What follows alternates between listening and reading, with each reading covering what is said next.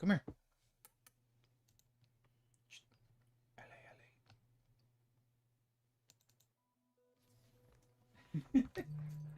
Hey, I'm gonna go live. Come here. Did you miss me? I've been gone all day. I missed you too, Wendy.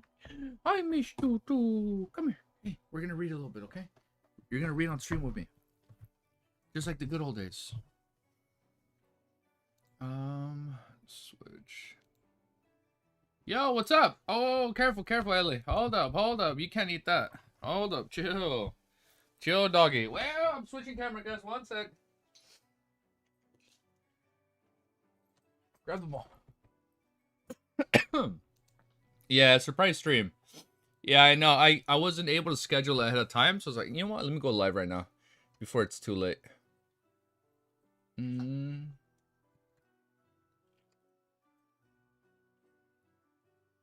see if I can just adjust this a little bit more. That's a little bit better. That looks good. Easy vid, not watch the vid. Whoa, hold up. Let me read something. Do not watch the vid of Historian for beginners. It has major. What? Did he make a beginner video with major spoilers? Oh, that's funny. Really? Do not watch. Well, look, hey, if it helps you guys, I have not watched any Lord of Mysteries videos. If that helps, if that's reassuring, I haven't watched anything. Why is my music not playing? Speakers? Ah, there you go. Yeah, if it helps, we haven't been watching anything there. The spoilers are insane. No fucking way. And then Klein dies at the end of the series, but welcome. Before you watch, Klein dies at the end of the series. Like, what the fuck? What do you mean? We're so back. We're fucking back, dude. That's actually crazy. My man, like somebody made a big. You know what? Hey, everybody does their own thing, right? Clearly, that wasn't a beginner-friendly video.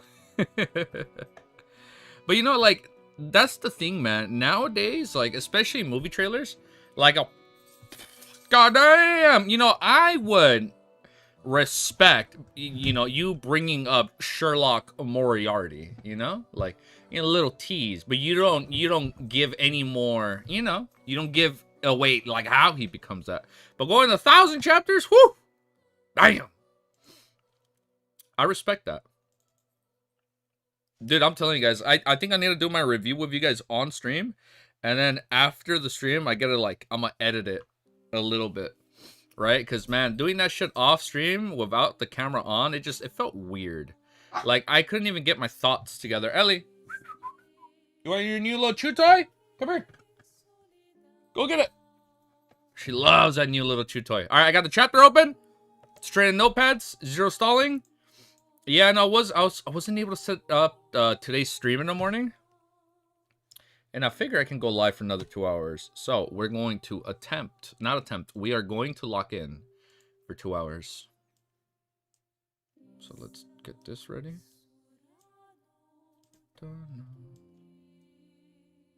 By the way, if you're wondering how far LOTM Mono currently is, they just finished the first Terror Club meeting, and Klein's about to get his first visit from the police. Oh, no fucking way. Hey, wait, so is it weekly now? Is that... Like, am I able to read this weekly now, or like, what's up? How we feeling? Like, can I read this weekly? That's what I want to know. You know what? Yeah, we'll read it weekly. I'll probably read it off stream on the weekends, and then like upload. I'll do like a react. I think that could work. Fucking shit, my feet smell. Hold up, man. Sorry, I gotta turn on the air. Whew. Gotta circulate this. Gotta circulate this room. All right, let's see if the air puts Ellie to sleep. Ooh. Yo, Easy, how we doing, big dog? Oh, we're doing good, big dog. We're doing good, Paul. We're doing good. Like Ellie's chilling with her little chew toy, so I think we're good. I think she's gonna be relaxed. So I think we're good. Man, why do I got shoes and socks all over the floor? Ellie, look, you're turning my room into a mess over here. I ain't got time to clean up anymore. Like, she chewed my fucking sandals. I gotta put my nice, classy shoes away. I can't have her ruin those yet. They gotta look good for with my suit, you know? Hey. No. Stay up here. No, no, no, no, no, no, no. Go get it. All right, I got the chapter ready. We're good. We're locked and loaded. Nah, it's monthly. What? Hold up. Quick math. If that's monthly, it's gonna take 1,000 years before we get to the end of Lord of Mysteries. Whew. Damn, man. I don't know what they're gonna do with that. Any mods online? I don't think so right now, right? Currently, it's chapter 9. Damn. I'm kind of worried. I'm actually kind of worried then about the manhwa. Damn, that's scary. Damn, that's actually kind of scary. Hold on, let me mute my phone. Oh. Oh, that's so sweet. Oh, that's such a cute picture. No, congrats, bro, if you're watching, dude. Congratulations, man. Oh, I'm so proud of you guys. Oh, snap. All right, everyone, just be very careful. All right, when somebody says spoilers, you spam them, and then we'll make someone here mod. We'll make probably we can do Cammy, Vec, Red. Someone's gonna be mod. Zach. Hi. I'm gonna read for a little bit. You gotta chill. No, you're gonna hang out in the room now. No. You gotta learn to just chill out, take a nap when it's reading time. You like to take a little nap here and there. You gotta learn to remember to chill and just take a nap for like an hour, Elliot. That's all I ask. Just a 1 hour nap. Is it a lot to ask for? It's not a lot. Just take a 1 hour nap. That's it. Just go chill on the bed. When first episode of anime came out, it would already been caught up to the manhwa. No fucking way, dude. Well, let's see. We're gonna see. We're gonna verify that when episode 1 comes out. We're gonna see how far the manhwa goes. Oh my god, Ellie. Hold up. Let me grab her. I think she wants to go out. What do you want to do? You want to go out? I'm gonna stream for like 2 hours. Okay, here. Let me tell you bye. Say bye. I'm gonna lock in for 2 hours. Okay. I love you. We went out yesterday. Did you not have fun? Oh, you have so much energy. You know that? Say bye, Ellie. Huh? I love you. But you gotta go out. I love you, okay? We'll talk later. Alright, now we can read, brothers and sisters. Oh, man, my nose is a little stuffy. Actually, fuck, man. Before we read, I think I'm gonna make G Fuel. The manhwa's art is just so peak. I'll patiently wait to read the ending on my deathbed. And then our grandchildren are gonna have to take over and finish COI. Damn, dude. Okay, hold up. Let me go make G Fuel. I'll be right back because I am sleepy and I don't want to be sleepy on stream. I'll be right back. 2 minutes.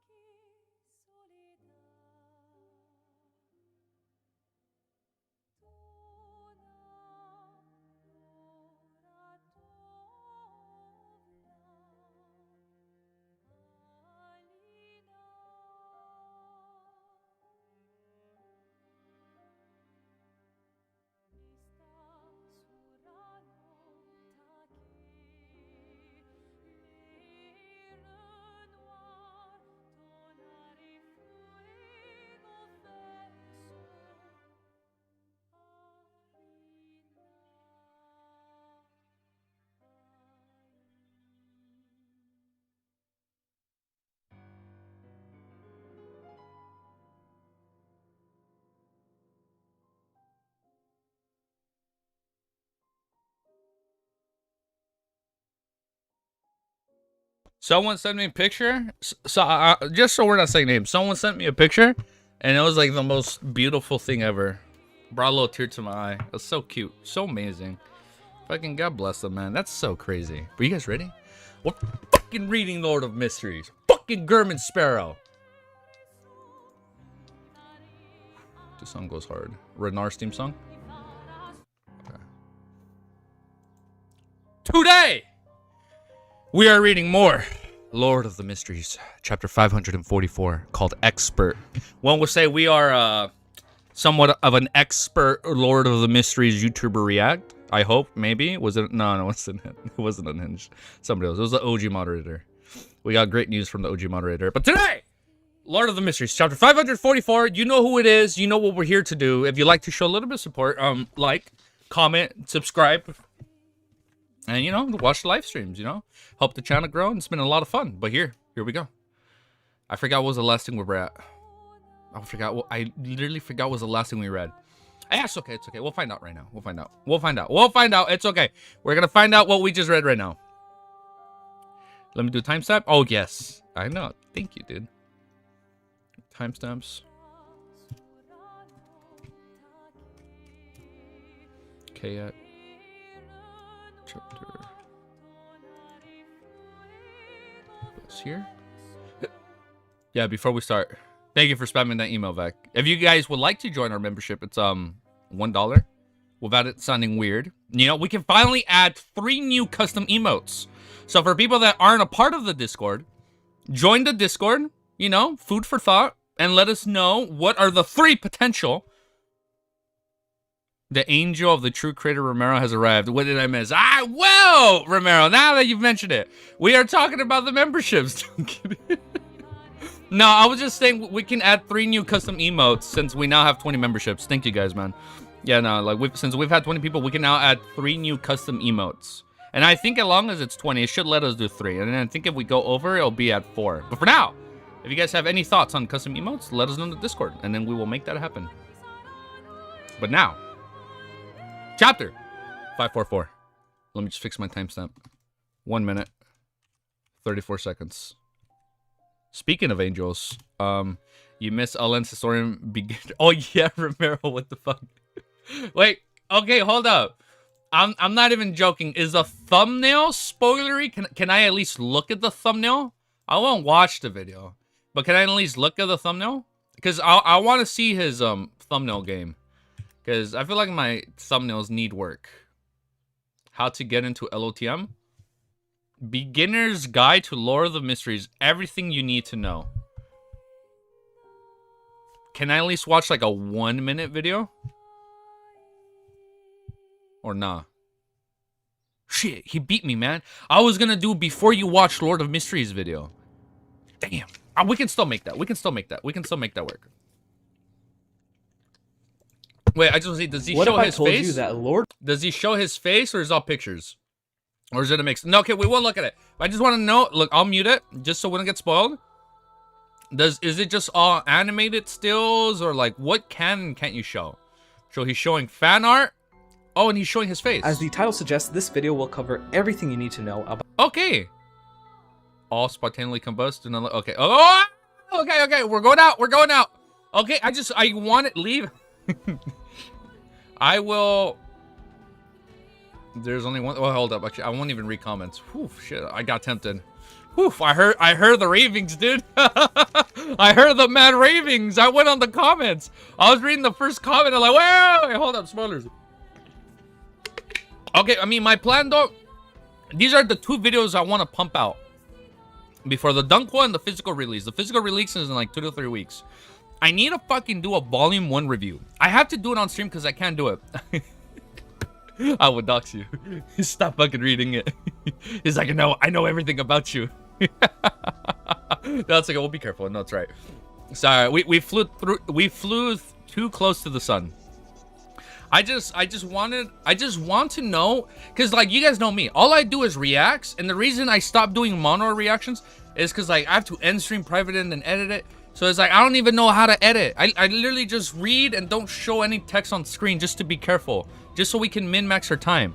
But if I'm doing like a review or before you watch, it's like I need to know at least how to like add things. Like what I did do right now, I screen recorded the trailers so I can like put them on the screen, right? But that's all I got. So now I just have to talk. I feel like I should be good at that, but I don't know. I'll see. Those are 2 ideas I'm trying to like pump out in June before those come out. But for now, let's keep reading. But thank you guys. Thank you guys for being considerate and warning me, even though it sounded scary. All right. Chapter 544 is called Expert. Klein. Oh, wait, hold up. I lied. Thank you guys. Thank you guys for tuning in, man. It means the world to me that you guys are here hanging out with me. But chapter 544 is called Expert. Klein had just... I thought it said snorted. I'm like, what the fuck is he snorting? Klein had just sorted out his thoughts when Ellen caught up with the two and said with a smile, "We've just found the target. The investigation is over. I'll bring you back to the hotel first, and I'll bring you the remuneration in 2 days. Also, it's best if you don't go out today." Klein maintained Germenswehr's character and by only nodding slightly without giving any verbal response. On the way back to the Windofzer Inn, the Nitz clearly had some doubts or wistful thoughts on his mind, but due to the presence of Ellen, who was part of the military, he can only change the subject and discuss with great interest about which pirates would end up being caught up in the city through thorough sweep today. Wow, I read that wrong. Ooh, if you want to talk for a long time, she's been the beginning part of the stream, then you consider it as stalling, which you are an expert. You know what? I think that's the perfect way to do a review. Just think of it as stalling. That's a good idea. What are we doing? Where are we reading this? Hold up. Let's do a volume 1 review. No, I'm joking. All right. You know what? We're going to try and do that tomorrow. Volume 1 review, and then we're going to put in brackets called stalling. I think that's the best way. I think that's the best way to title tomorrow's stream. Volume 1 review, and then we'll put in brackets stalling before reading LOTM. I think that can work. You know what, Romero? That's a damn fucking good idea. We got to do that. That's the only way for me to dynamically do this. Yeah. And then I can just like hide all the text. Yeah, I think we'll be good. I think that's honestly a really damn good idea. And then you guys can give me like, you're like, whoa, bro, hold up. Too sidetracked on the review. Go back to this point. You guys got my back. All right. Found my place? Bet. All right. That's what we're doing tomorrow. To him, they weren't friends as long as those guys didn't belong to the Golden Dream. They weren't worth sympathizing with. After entering the hotel room and watching Ellen leave, he closed the door and said while clicking his tongue, "The Book of Calamity, Ancient Elf Ruins. This really is an interesting matter, but how did the elves end up like devils? Just by casually taking their book, a casual flip through it had caused the woman to go insane and lose control. What kind of image do you have of elves living in the mountains and seas, specializing and cooking creatures who enjoy nature?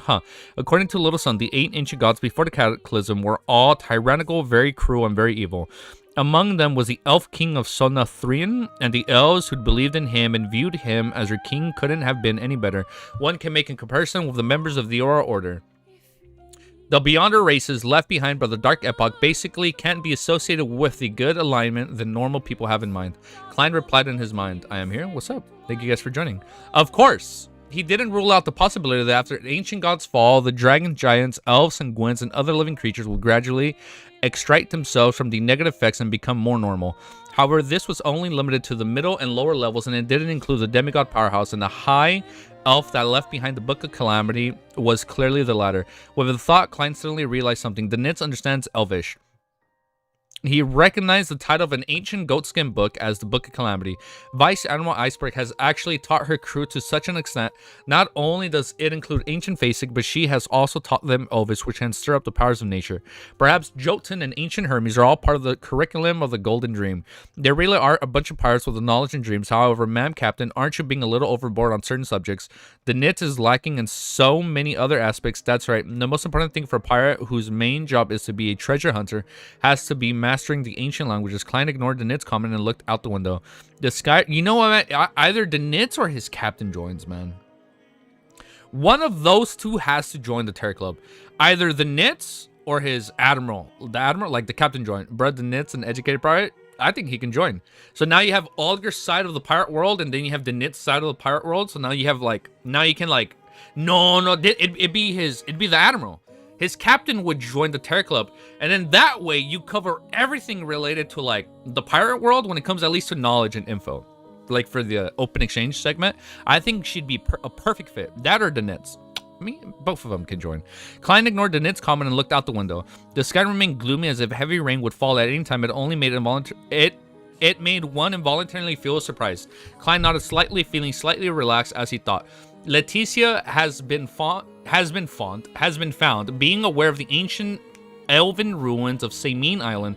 The Church of Storms and the King's military will likely use its connection to the place where Kalvatua is hiding to find the sea god that is becoming progressively crazier, or they might use the ruin to speed up its collapse. That was apart from the most fervent and pious sea god. I cannot read that word. That way, apart from the most fervent and pious sea god believers dying, the rest basically won't suffer any harm. Klein had originally thought of using the spirit world to locate sea god Kalvatua's hiding spot after it died before the official Beyonders did. He could then infiltrate it, taking the treasure with him, but even before the plan had begun, the appearance of the Book of Calamity pushed his plan to the verge of failure. Phew, it's fine. It only existed in my imagination and never belonged to me. It's fine if I don't get it. I don't even know what I'll get. Letting this matter get resolved this way is for the best. Sorry, I can't read.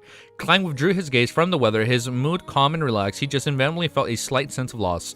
That day, he and the Nets followed Ellen's advice and didn't head out again. They only remained in the inn. In Bayham City, there would be the sound of gunfire and explosions from time to time. This continued until the sky turned dark. The next morning, Klein just got up on time and found that there were layers of clouds in the skies and the sky remained dark. This meant that the confrontation between the Church of Storms and Cardinal high-ranking decons of the mandated punishers John Coatman and sea god Kalvatua was still ongoing. Klein felt pain in his stomach and prepared to head to the washroom with the newspapers. However, he gave up an idea when he saw Danitz leisurely reading the newspaper while lying in a reclining chair, munching on a piece of white bread in his mouth. Reading the newspapers while on the toilet doesn't match German Sparrow's persona. Reading the newspaper while on the toilet doesn't match German Sparrow persona. Kind of doesn't. Not really. It doesn't fit. Although it would be boring, I mustn't slack off on acting side. I've once again found a difference in behavior between my true self and my disguised identity. Klein summed it up in silence and went into the washroom. He took off his pants and sat down in the toilet, staring almost in a daze at the pale white wall in front of him, as if he could read words from it. Is he bored? Because he doesn't have his newspaper? At this moment, his spiritual perception was triggered. While in the stall? He hurriedly tapped his molars and activated his spirit vision. Two thick, long white bones appeared in front of him. They were the messenger's legs while he's in the bathroom. The messenger stood... He's sitting down on the toilet and he appeared. Just let him read the newspapers. The messenger stood... You know, it's bad, man. My battery died when I was in the bathroom. I'm like, I'm so bored. What do I do? So I can relate to Klein. Like when he's like in a daze. The messenger stood there, its head passing through the ceiling, but its black flames in its eye sockets could still be seen. It lowered its head slightly and looked down at Klein, who was sitting on the toilet. Klein looked up, stunned for 2 seconds, his mind filled with a baffling thought.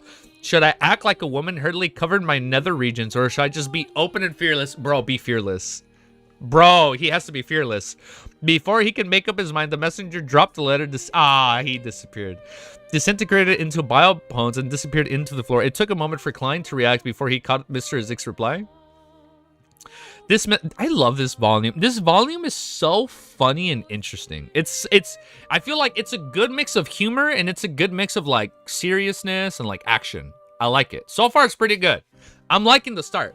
This messenger is being more and more impolite. Can't you see that I'm using the toilet? Did I skip a line? It took a moment for Klein to react before he caught Mr. Zick's reply.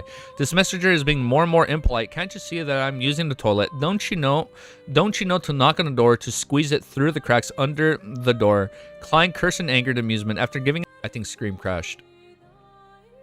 But I think we're good. You guys let me know. Couldn't handle it. The 4-meter tall giant had to lie down in order to reach that position. Wait, after giving it some more thought, he felt that it would be putting the messenger in a tough spot to pass the letter through the crack in the door.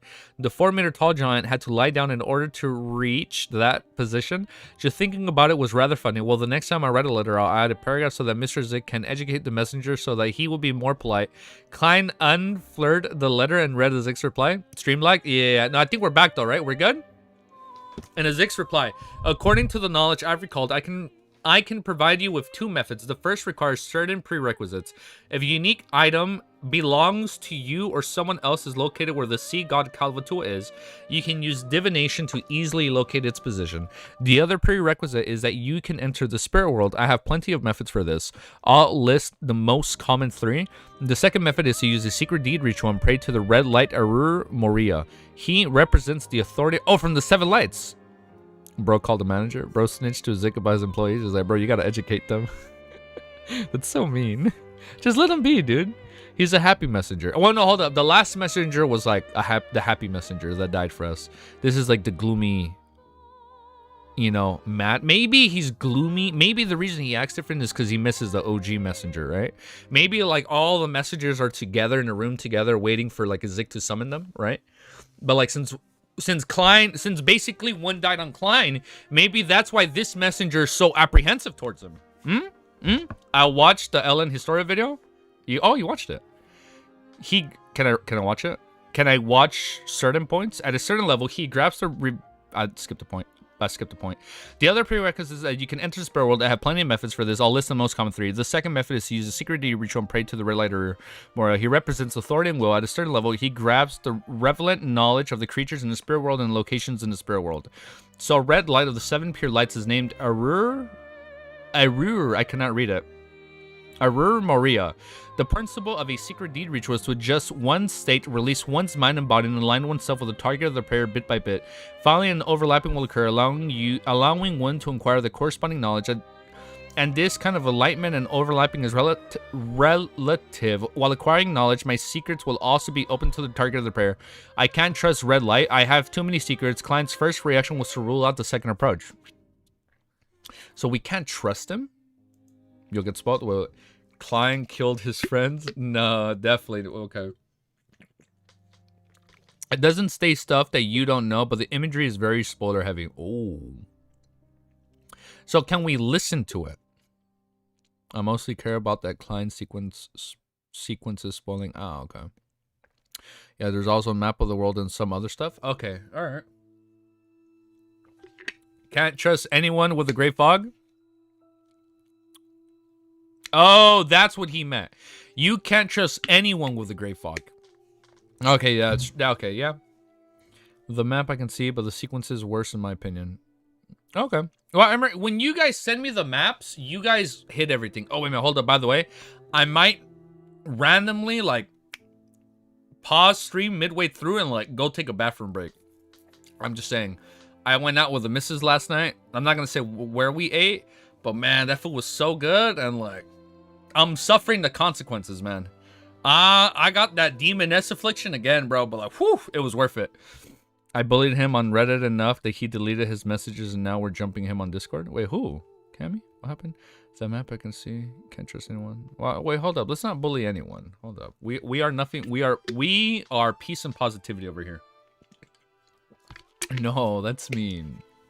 Well, maybe, okay, maybe not in a bullying way, right? But in a polite way, you know? Or in a very punctual way. Without it sounding like bullying. Because we are peace and positivity. No, he's not. Well, to be fair, I don't watch any of his videos. I remember seeing some of his videos like very early on in the beginning.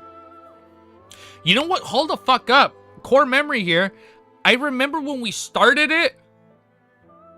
And then, when Klein came to the real world, no. When Klein goes to the Tinking world from the real world, he actually ends up becoming like, whoa! And I'm like scrolling away, like, what the fuck? Hold up, like I'm barely on chapter 5. I don't want to hear this.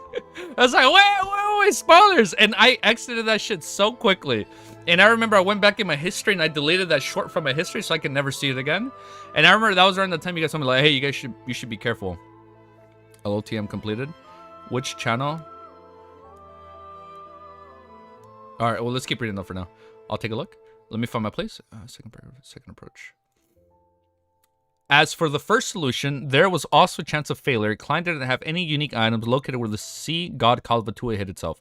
Either I use the help of the resistance and send something to Kalvatua, or I'll have to find the original owner of an item sacrificed to the sea gods from its believers. Furthermore, it has the it has to be unique, send something to Calvatua, as he thought Klein suddenly had an idea.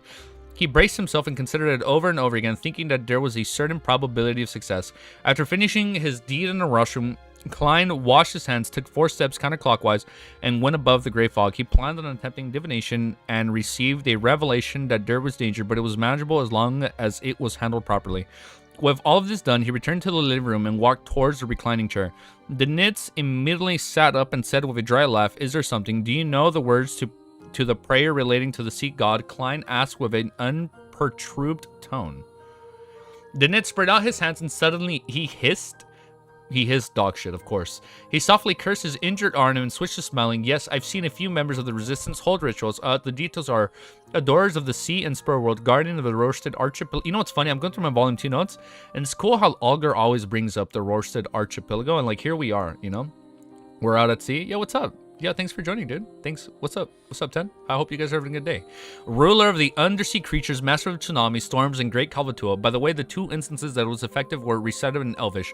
Adorer of the sea and spirit world. Its bearing is very low. It's not the same as his honorific name is better. It's not the same as my honorific name. That's true. I created by copying it from the 7 true gods. Klein nodded gently and said, "Do you know where there are empty warehouses and abandoned houses?" "Of course, every great pirate knows a few." Denitz replied without hesitation. Klein turned around and walked towards the Kodak. "Take me there." "To do what?" Although Denitz was puzzled, he didn't dare ask. In a dock area in a dirty and dilapidated warehouse, Denitz watched German Sparrow take out 3 candles and 7 metal bottles. Unable to hold back his curiosity any longer, he asked, "What are you planning on doing?" Klein didn't look back and replied very calmly, "Sacrifice to whom?" Denitz pressed with interest. Klein set up the altar, took out an iron cigar and case, and calmly said, "Calvatua."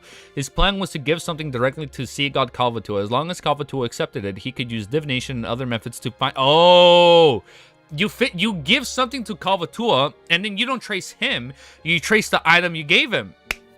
I don't know how I feel about having those 2 emojis together username, but yes, that's exactly what he said. As for whether or not Calvatua would accept it, he had certainly considered it, believing that it was a definite possibility. As Calvatua was currently on the verge of death, it was in a state of extreme madness, with little sense of reason, and it acted on instinct alone, and might have a strong desire of the aura of the gray fog. Therefore, Klein was prepared to sacrifice an iron cigar case that was often placed above the gray fog.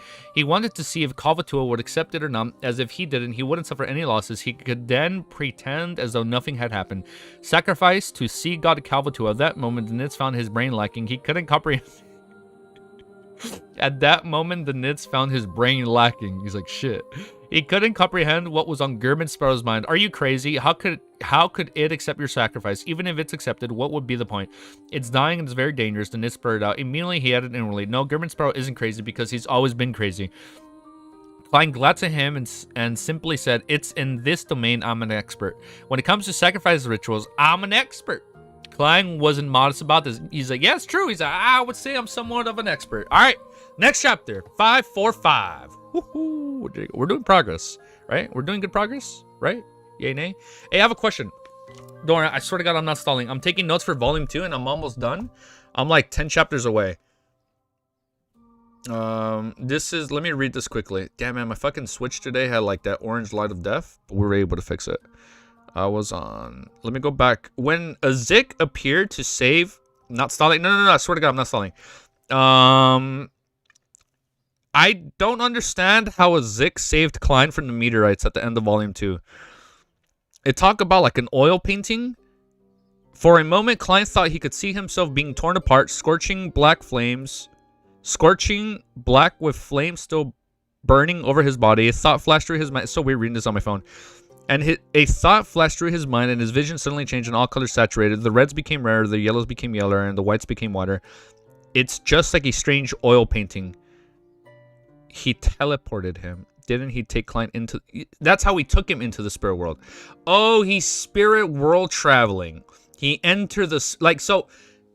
That's that. Okay, so that's what happened. I thought I thought the oil painting was an art, because I know it says that he takes him into the spirit world after, right? And then it's like how Inzangul, like, oh, and then they miraculously ended up with Inzangul and his friend from the spirit world.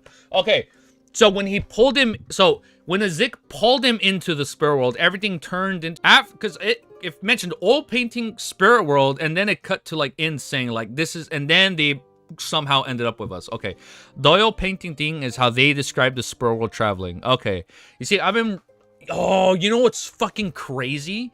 After beating Expedition 33, I can see it now, bro. I can actually visualize that. Holy fucking shit. I won't do it on this stream, but look it up later. Oh, good now though? Yeah, skip a sec. Okay. Okay, I get it now though. Okay, thank you. So he just pulled him into the spirit world, and the spirit world looked kind of like an oil painting from his point of view. Okay, that's a good description. Holy shit.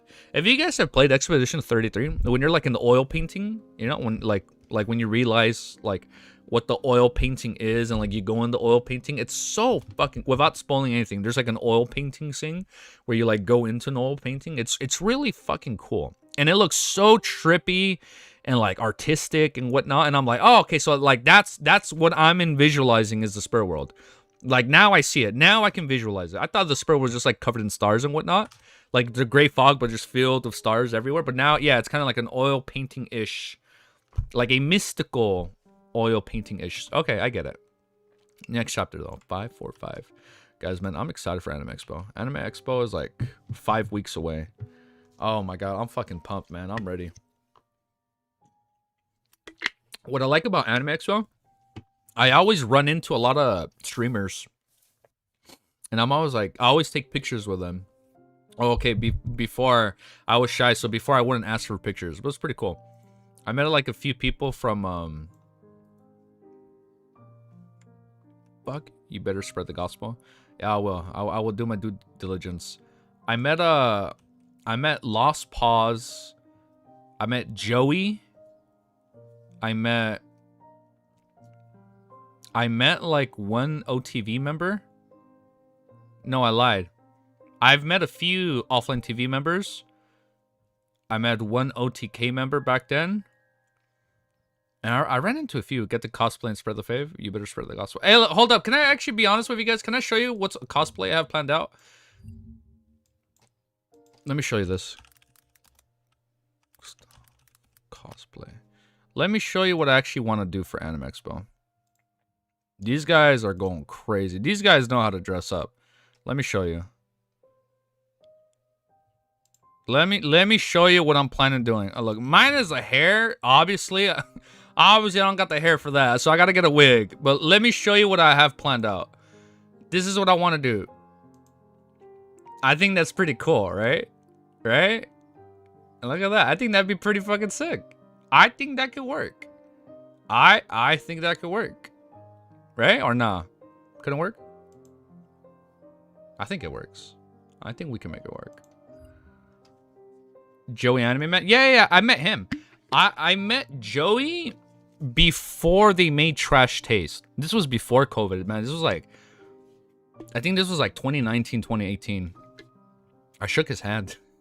Like, hey man, I'm a big fan. He was hiding his face, and I noticed him like, I fucking know who that is. I was like, that's the Anime Man. And then one time, it took a long time to get there, but I fucking drove to a solo leveling world premiere. Holy shit, man. I don't even drive that far when it comes to a concert or whatever. We fucking drove all the way to a solo leveling world premiere, and I was in line with they're called the Anime Men. It was like 4 members from the Anime Men. I met them. And then I ran into Arya. And then I ran into... Oh, and then I spoke with Rogers Base. I had like a good 10-minute conversation with Rogers Base. That was really fucking cool, man. Like getting to speak with a guy that I've been watching for like a decade. That was pretty fucking sick. I spoke with him. And you saw like Lily Pichu hiding. It was so fucking cool, dude. It was so sick. But now, before I get sidetracked, let's keep reading. You know what? Maybe I'll post a picture. I took a picture with Scarl last year. It was pretty cool meeting him. Put the monocle on that. Oh wait, hold up. I think chat for us for a second. Everything just loaded. Show it. Show it. Nor Audrey said. What about monocle instead? Work, but add a monocle instead of glasses. Ooh, put the monocle on that. Oh shit. I just got off a video trashing Anime Man because none of their videos funny. I I stayed for one of their panels last year. Well, it wasn't. I was trying to watch the next panel, but I stayed with them, and they were pretty funny. I tried to get Rogers based on LOTM, but he missed my messages and his stream. RIP. I think for him, man, like knowing how, like for bigger YouTubers, because they read so much, I don't think they'd be able to read a light novel, man. I think they'd have to wait for like an anime. Like when somebody's already branched off and doing so much shit, right? I think it'd be hard for like to convince someone to read a light novel. Maybe, right? But let's keep reading. Sorry, I burped. Let me drink more of my G Fuel so I can stay awake. Yeah, Garnt is gonna watch LOTM. Can't wait for the anime. It's gonna be peak. Oh, dude, I think this is what we're gonna do. We'll do a watch party.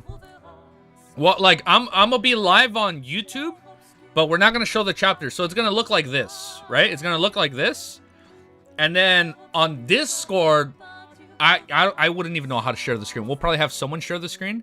Well, no, I'll probably have it playing on my end, but then somebody else can watch it on Discord and play it that way. We'll probably have to do it through Discord. Yeah, but I'll be live showing no text, right? I think that can work. And then we turn that into a video, and then maybe add scenes after. I don't know. We'll see. We'll see how to do it, because I actually don't know. But let's keep reading. 545. Shit, I said I was only gonna stream for like 2 hours, but I got to read more now. We're barely on our second chapter. It's been fucking 40 minutes. Damn. You can screen share on Discord. Oh, okay. Bet. Now I gotta make sure I don't dox myself or show anything I don't want to show. But let's keep reading. Next chapter, 545. Chapter 545 is called The Engraved Calvatua. Yeah, it'll be movie night.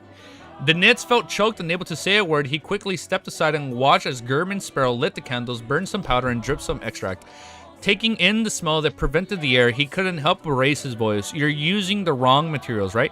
He remembered that the resistance didn't use things like the full moon's essence, oil, slumber flower, or chameleon when sacrificing to the sea god. It's not like you're praying to the Evernight goddess. Klein turned his head to look at him, then he returned his gaze to the altar. This wouldn't be an issue. As a professional who often offered and received sacrifices, he was very aware that the burning extracts and essential oils and herbal powder mainly had two uses. One was to help the ritual's host to better adjust his spirituality and enter the proper state, and the other was to please the corresponding deity, to please the target of the sacrificial object, and to increase the probability of a response. In this aspect, every deity had certain characteristics and preferences. This sacrifice, on the other hand, mainly relied on Calvatua's abnormal state of the mind. It had gone completely crazy, and it thirsted for the Grey Fog's aura. Neither of the two could be missing, and everything else wasn't important. As long as the aforementioned two conditions were satisfied, pleasing Calvatua, nor, I'm reading wrong, or not, didn't affect the ritual. It neither increased the success rate, nor would it increase the possibility of failure. It could be completely handled in a perfunctory manner. If Calvatua still retains its reason, and even if I were to strictly follow the requirements of its ritual, do you think it would respond to me? Klein silently lampooned and took the half step back, ready to start the most important part of the ritual. He thought for a moment, then without turning his head, he said directly, "Stay further away, me." Instead of getting angry, the Nitz was overjoyed. He quickly nodded, "All right, okay." He rushed to the door of the warehouse plant to escape the moment something went wrong. Klein half closed his eyes, cogitated about the countless spherical lights that overlapped each other, and he quickly entered the proper state. He chatted softly in Elvish, the door of the sea and the spur world, guardian of the I remember our guardians from Volume 1. Guardians of the Roasted Archipelago, ruler of the undersea creatures, masters of the tsunamis and storms, the great Calvatua. Your devoted servant prays for your attention. I pray for you to take this offering. I pray for you to open the gates to your kingdom. As he said the awkward sentence one after another, the sound of winds rose within the wall of spirituality as it was going to overturn everything. Klein's claw fluffed in the wind as he took out another small metal bottle that half prepared beforehand. He poured about 5 milliliters of the remaining 1,000-face hunter's blood into the air. This was the material filled with spirituality. The strong wind struck the drops of the blood, howling as it dried in candle flames that symbolized the seed god Calvatua. With a sound, the candle flames burgeoned? Lag? Yeah, I think it's a little laggy. I apologize. To form an illusionary door. On the door of summoning, right? On the surface, there was the symbols of the magic labels. From the inside, the faint sound of the crashing sea waves could be heard. Suddenly, all signs of movement vanished. There was only one sound of breathing that reverberated through the illusionary door, as though there was something hiding behind it, something massive that was suppressing its hunger with great difficulty. Huff, huff, huff. The sound of loud, heavy breathing became clearer and clearer, to the point that even despite being situated at the door of the warehouse, the Nit still felt his scalp tingle. Bang. The illusionary door suddenly opened as if something that visibly resembled a hurricane poured out Otskalvatua. Amidst the sharp winning sounds, the Nits felt the invisible wall of spirituality shatter. He discovered that heat had been thrown into there like a small boat in a storm.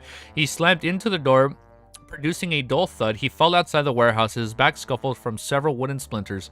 The scarlet fireball that he had instinctively condensed into his hand instantly dimmed and was quickly extinguished in the hurricane, like a hurricane candle that was about to burn.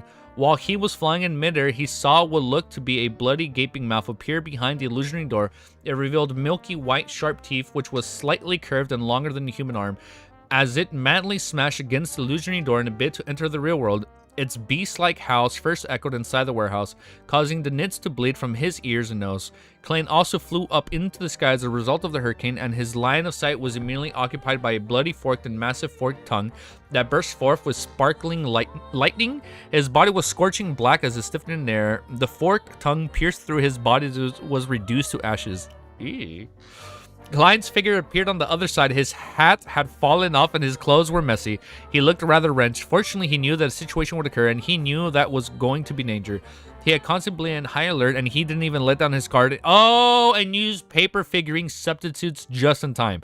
I fell for that. At this moment, Calvato, who was situated behind the unprotruded illusionary door, finally realized that his violent blows had no effect and stopped. It took a deep breath and caused the blue sea water to gush in from all directions. This is so cool, dude.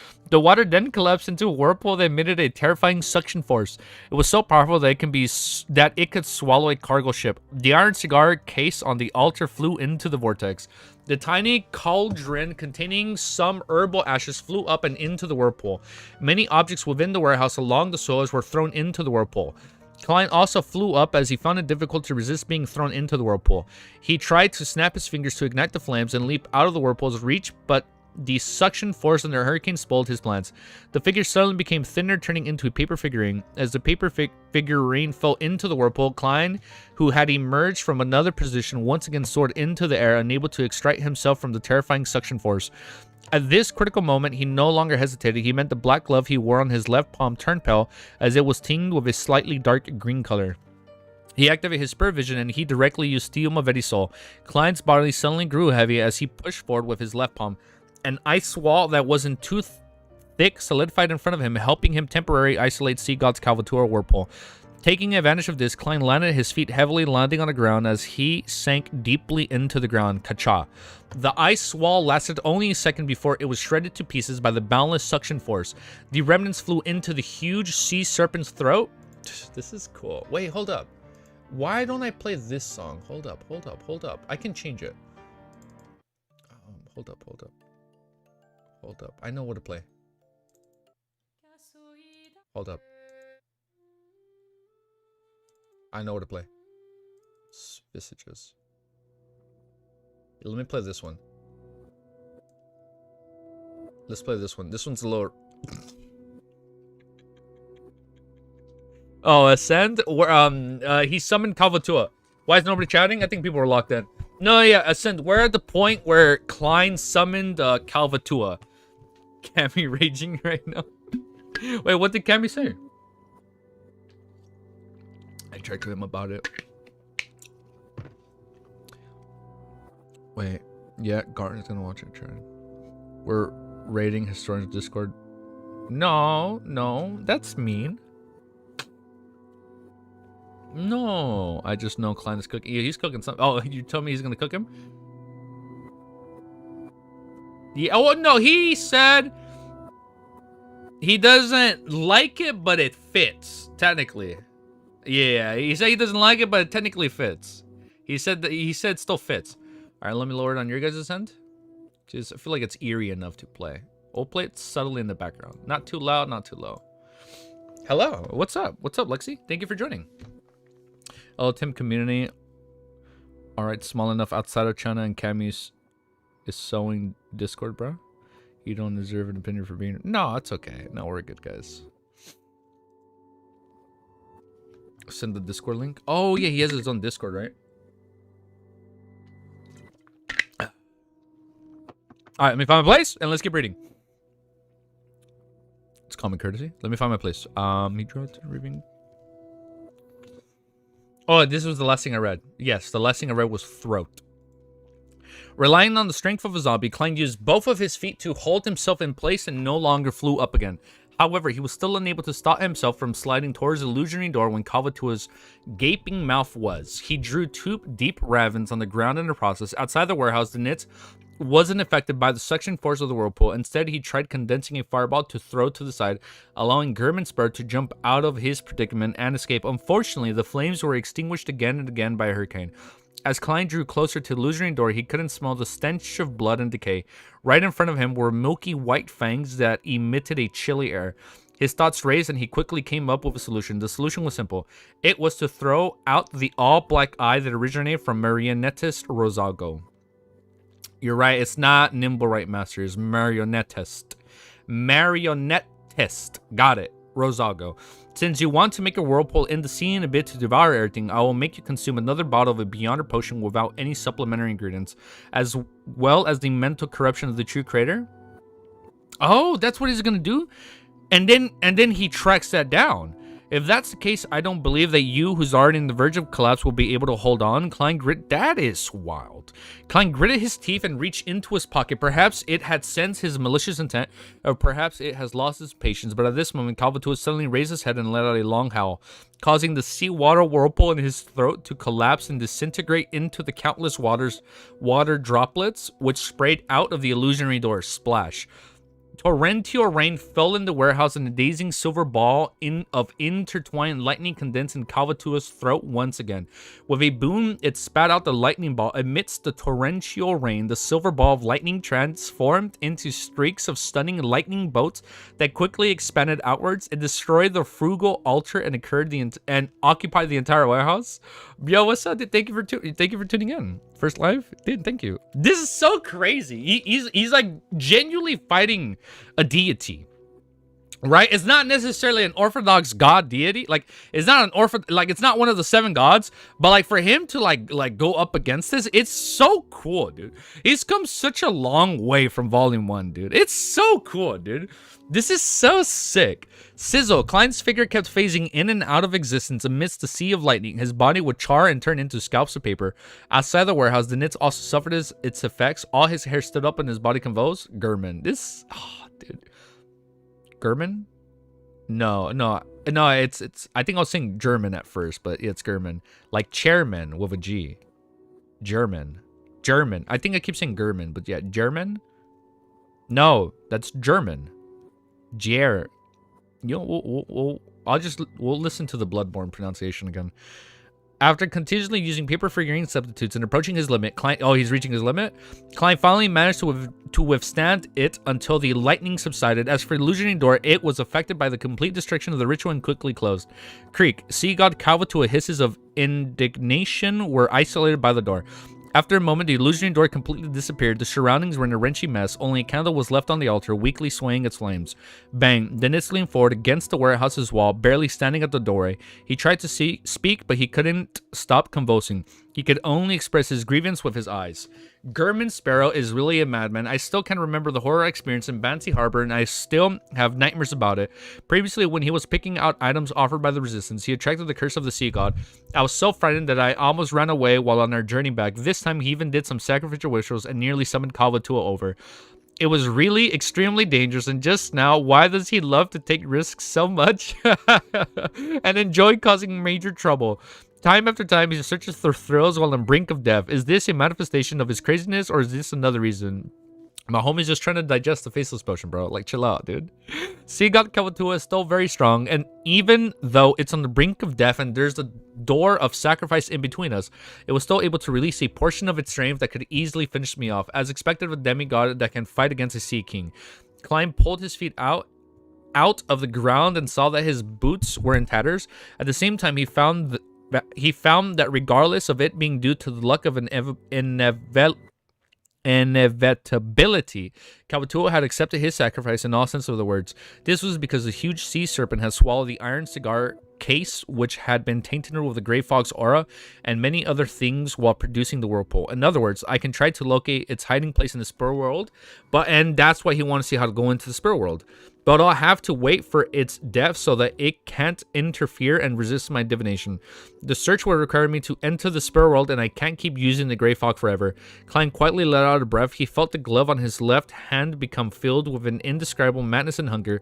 It seemed like it was going to devour the wearer of if it wasn't fed. I thought Azik was able to seal that. He felt the glove on his left hand become filled with an indescribable madness and hunger.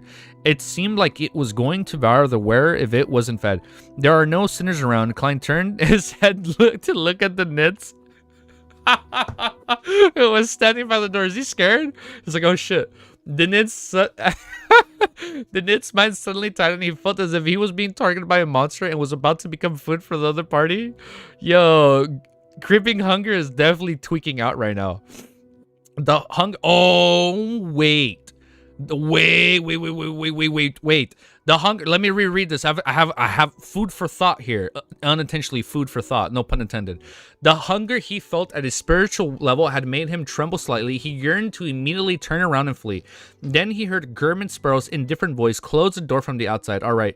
Resisting the residual pain from the electric shock, the Nits moved the door, which had been sent flying open, barely closing the door. Klein seized the moment to carry out the sacrificial ritual. He prayed to himself and responded to himself, throwing creeping hunger so that was about to lose control above the Grey Fog. Oh. So it was going to lose control. Creeping hunger was about to lose control, and he threw it above the Grey Fog. The mystical item that had frightened the Nits so much that he didn't dare to resist immediately became docile, gentle, and tame. Aw. Wait, what? The mystical item that frightened the Nits so much so that he didn't dare to resist immediately became docile, gentle, and tame. The Nits became docile, gentle, and tame. He's like, oh shit, I'm not even going to go against this.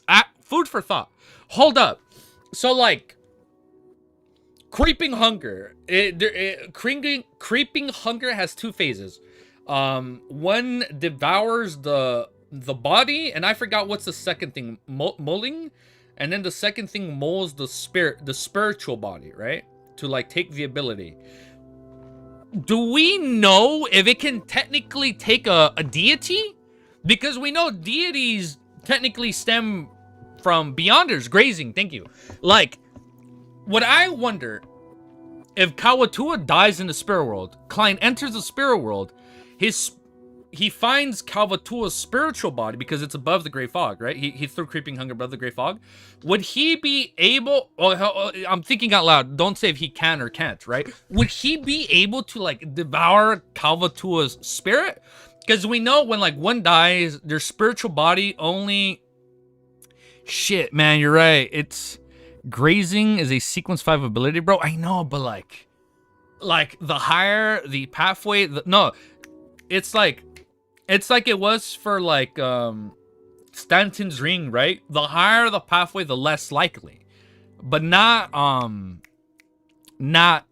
definite, right? It's less likely. What I'm wondering is, can you devour Kawatua's spiritual soul in spirit world, and then you can like use that, right? That'd be fucking sick, bro. And like maybe you don't use all three randomized abilities, maybe you just get one, right? But that'd be pretty goated. And then in some way, shape, or form, my beast tamer theory still holds true. But let's read the next chapter for now, dude. Let's go into the next chapter. Yeah, like maybe in some way, shape, or form we can make it work.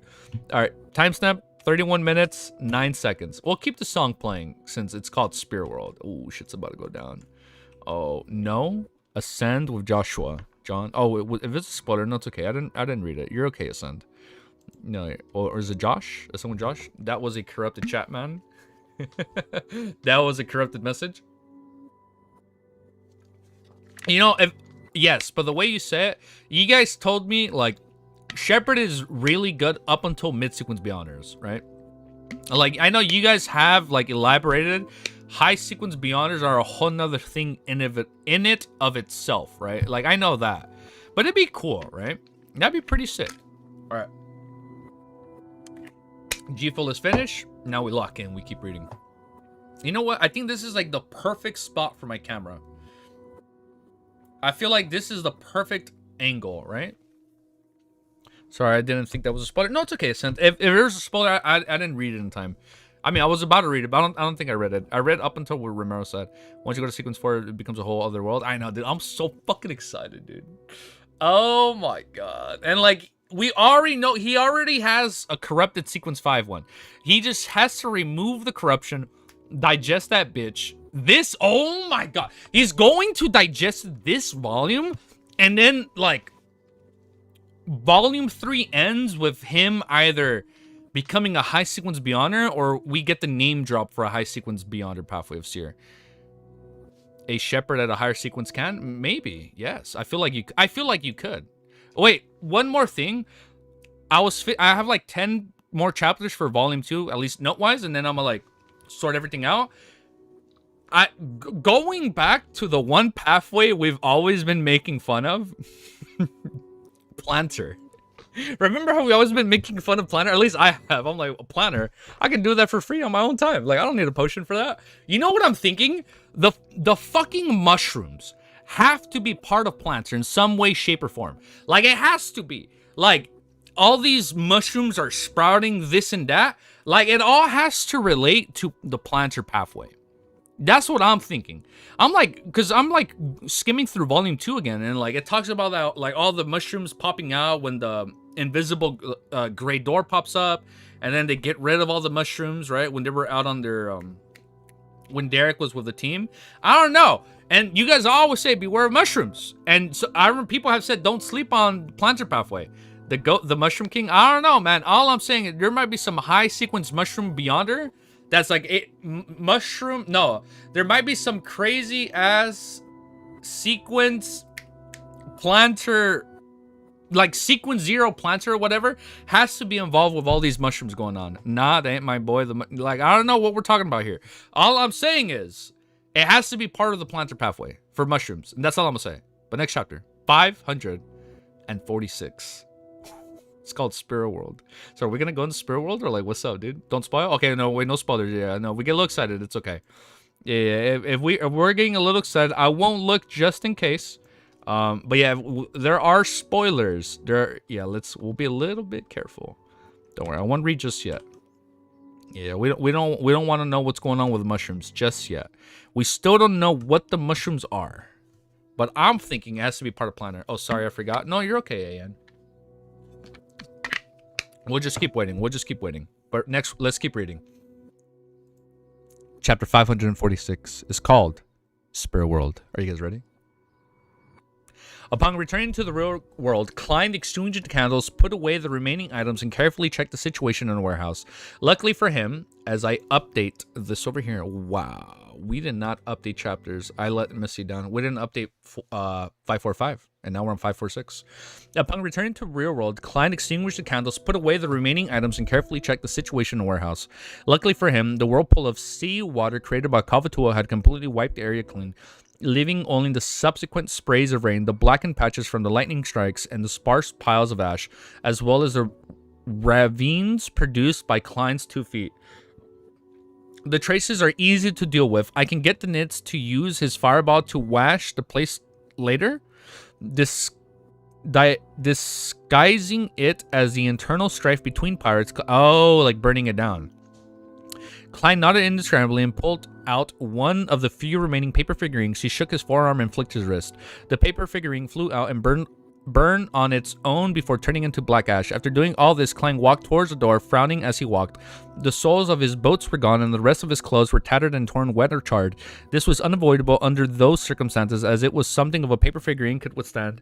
The tearing was a result of the potent suction from the whirlpool. The moist sensation came from Calvatua's torrential rain, and the charred black marks were a result of being struck by bolts of lightning in the interval when Klein was using his paper figurine substitutes. That's so wild, man. Even that he was even able to face this. Even now, despite having calmed down, his right forearm still spasmed a few times due to the electric shock. Ooh, okay. It cost me 8 pounds 6 solely. I have to get a new set of clothes. Oh, his clothes are gone. I had divine danger. I had made preparations, but I didn't expect Calvatua to be more powerful and crazier than I had expected. I hope that I'll gain something later. Klein silently shook his head. He restrained his expression and endured the pain before coming to the door and knocking 3 times. The Nitz, who was constantly uneasy, hesitated for 2 seconds before he opened the door. Discovering that Germansborough had returned to his cold and reserved state, with him no longer emitting a hungry and madness and struck the terror into his spirituality, the Nitz let out a sigh of relief. He took a glance inside and asked, "Is it over?" No. Klein curled the corners of his lips and revealed a gentle smile. Not yet. The Nitz jumped in fright. What else needs to be done? Klein maintained his smile and concealed madness. A cleanup is still necessary. That's basic courtesy. A cleanup. The Nitz was stunned. Raising his right hand, he pointed at himself and said, "Me." The corners of Klein's mouth widened. "Or shall I do the honors?" "Then I would be eaten by creeping hunger." The Nitz let out a hollow laugh. "How should I clean this place?" "Use a fireball," Klein answered simply. As a part-time par, it didn't take much effort for the Nitz to understand Germansborough's intentions. He walked past him and headed for the interior of the warehouse. During this process, he had a few questions in his mind, which were quite puzzling. Captain said that a creeping hunger needs to devour a living person every day, but Germansborough can only satisfy it after a battle. He usually doesn't bother it. Besides, in the battle just now, Germansborough had used Steel Maveti's ice powers. He didn't feed it after. Strange, what secrets lie behind this? A seal of a certain level, or can it be that the organization behind him is capable of sealing creeping hunger? As the Nitz cleaned the warehouse, Klein stood outside, looked up at the overhanging dark clouds, looked forward to what would happen next. I've already sent the iron cigar case that tainted with a gray fog's aura over, so all I need to do is wait for Calvatua, a fake sea god, to collapse and die. I hope that the Beyonders of the Church of Storms and the Kingdom's military won't have the time to find it in time, or leave behind some items of certain value that they think little of. Klein slowly took a deep breath, listening to the dull bombardment sounds coming from behind him. In the hotel, Olger stood at the window, staring out of the overcast sea. I received the sanguine's anesthetics gas no longer after the last terror gathering. I was prepared to go out at sea to gather ingredients, but a week has passed, and I'm still stuck in Bayam. The corners of his mouth twitched as he shook his head. First, there was the incident of the world hunting Steel Maveti. It earned him quite a sizable amount of money, and then he had to wait for the reward. After that, when the reward was obtained, he encountered the breakdown of the sea serpent Calvatua and was ordered to search for the inventors and archaeologists Leticia and company. I heard that during the investigation yesterday morning, Leticia and the others were found. The mandated punchers and the military seemed to have attained some important clues, and quite a number of them went to Semin Island. This is something that I'll never have dibs on. Olga retracted his gaze, pulled up his short robe and didn't reach his knees, and muttered to himself, let it end as soon as possible. Once Calvatua was completely dead and the tsunami was no longer laid in risk, he would leave the harbor. After leaving the city of Generosity, Bayam, he could work at advancing to Sequence 6 Windblast. As his mind whirled, Olger's heart skipped a beat and he turned around to look out the window. He saw the clouds high in the sky quickly dissipate, with the crimson moon quietly hanging in the sky. We talk about this crimson moon a little too much, man. I'm telling you, this red moon is going to be like some crazy big endgame stuff. I'm still holding on to it being some crazy end of Evangelion shit, where like the red moon is like a cocoon, right? For like the not for the true creator, but like for the original creator, maybe, right? And in the trailer, when he saw like the 4 paths leading to the red moon, maybe all the pathways are leading to the red moon, right? Because you know how like everything will eventually return to the original creator. That's the pathways returning to the original creator. I don't know, man. Klein slept until midnight when he was suddenly jolted awake. He had vaguely sensed something. He rolled out of bed, went to the window, and pulled back the curtains. Crimson moonlight shone in, covering everything like forest. It was cold and dreamy. Klein looked out and saw the clouds, which hung low, had disappeared. The bright crimson moon was high in the sky amidst the sparse stars. This means that the confrontation between the Sea God and Sea King has ended. Klein pondered for 2 seconds, retracted his gaze, closed the curtains, took 4 steps counterclockwise, and went above the gray fog. He sat at the end of the long, mottled table, took out... Oh, wait. That's not what I'm saying. Hold up. No. What I said last stream was the gray fog, right? When you go above the gray fog... Hold up. No. Hold up. I gotta shut up. What I said, the gray fog is where the original creator resides, and he split himself into 22 pieces. Get him out of the kitchen. No, we're literally going back in the kitchen. What I originally said was the gray fog is where the original creator reside, and he split himself up like the mythos, the legend of creation. Everything happened in there. Everything happened. Everything happened in the gray fog. The whole mythology of the creations, him splitting himself apart, creating the pathways, all of that originated above the gray fog. Above the gray fog. That's why all the tables are so long and this and that. And now, if we go back to the trailer 3, when all the pathways are connecting to the red moon, I think the red moon is a physical representation of the original creator. It's like have you guys played Destiny? If you guys remember like OG Destiny, like Destiny 10, like a decade ago, right? When you go inside the speaker, no, it's not the speaker. I forget what the Destiny thing is. It's been like 10 years. Hold up. When you go inside it, you enter like its domain, right? What I'm thinking, the Crimson Moon is the physical representation, i.e. a cocoon of the original creator. And then when you go inside it, you like enter the gray fog, right? And then like, you know how like clients speculated like maybe the gray fog is like some uniqueness or whatever? Like we don't know, right? But like maybe something like that's gonna happen. And now, is he cooking? I hope we cooked. Now let me find my place. I got lost, but it's okay. You don't get to go inside the original Destiny. You go inside it and no. I played Destiny 1, my guy. At the end of Destiny 1, right, Red? Hold up. At the end of no, yeah, you do go inside it. At the end of Destiny 1, the final mission, it's called the Black Garden. The Black Garden was within that. The Black Garden was when you went inside the White Sphere. That's that, because like, dude, I was obsessed with Destiny back in the day. Like, I didn't play Destiny 2 that much. I didn't really play that much after the Taken King, right? After like your brother, I played beta. Brother, yeah, you go. Well, no, then you should know. Come on, wait, hold up, right? It's called the Black Garden. That's on Venus? No fucking way. Really? The Black Garden is not inside the Traveler? Ah, bro's getting gaslit live. Black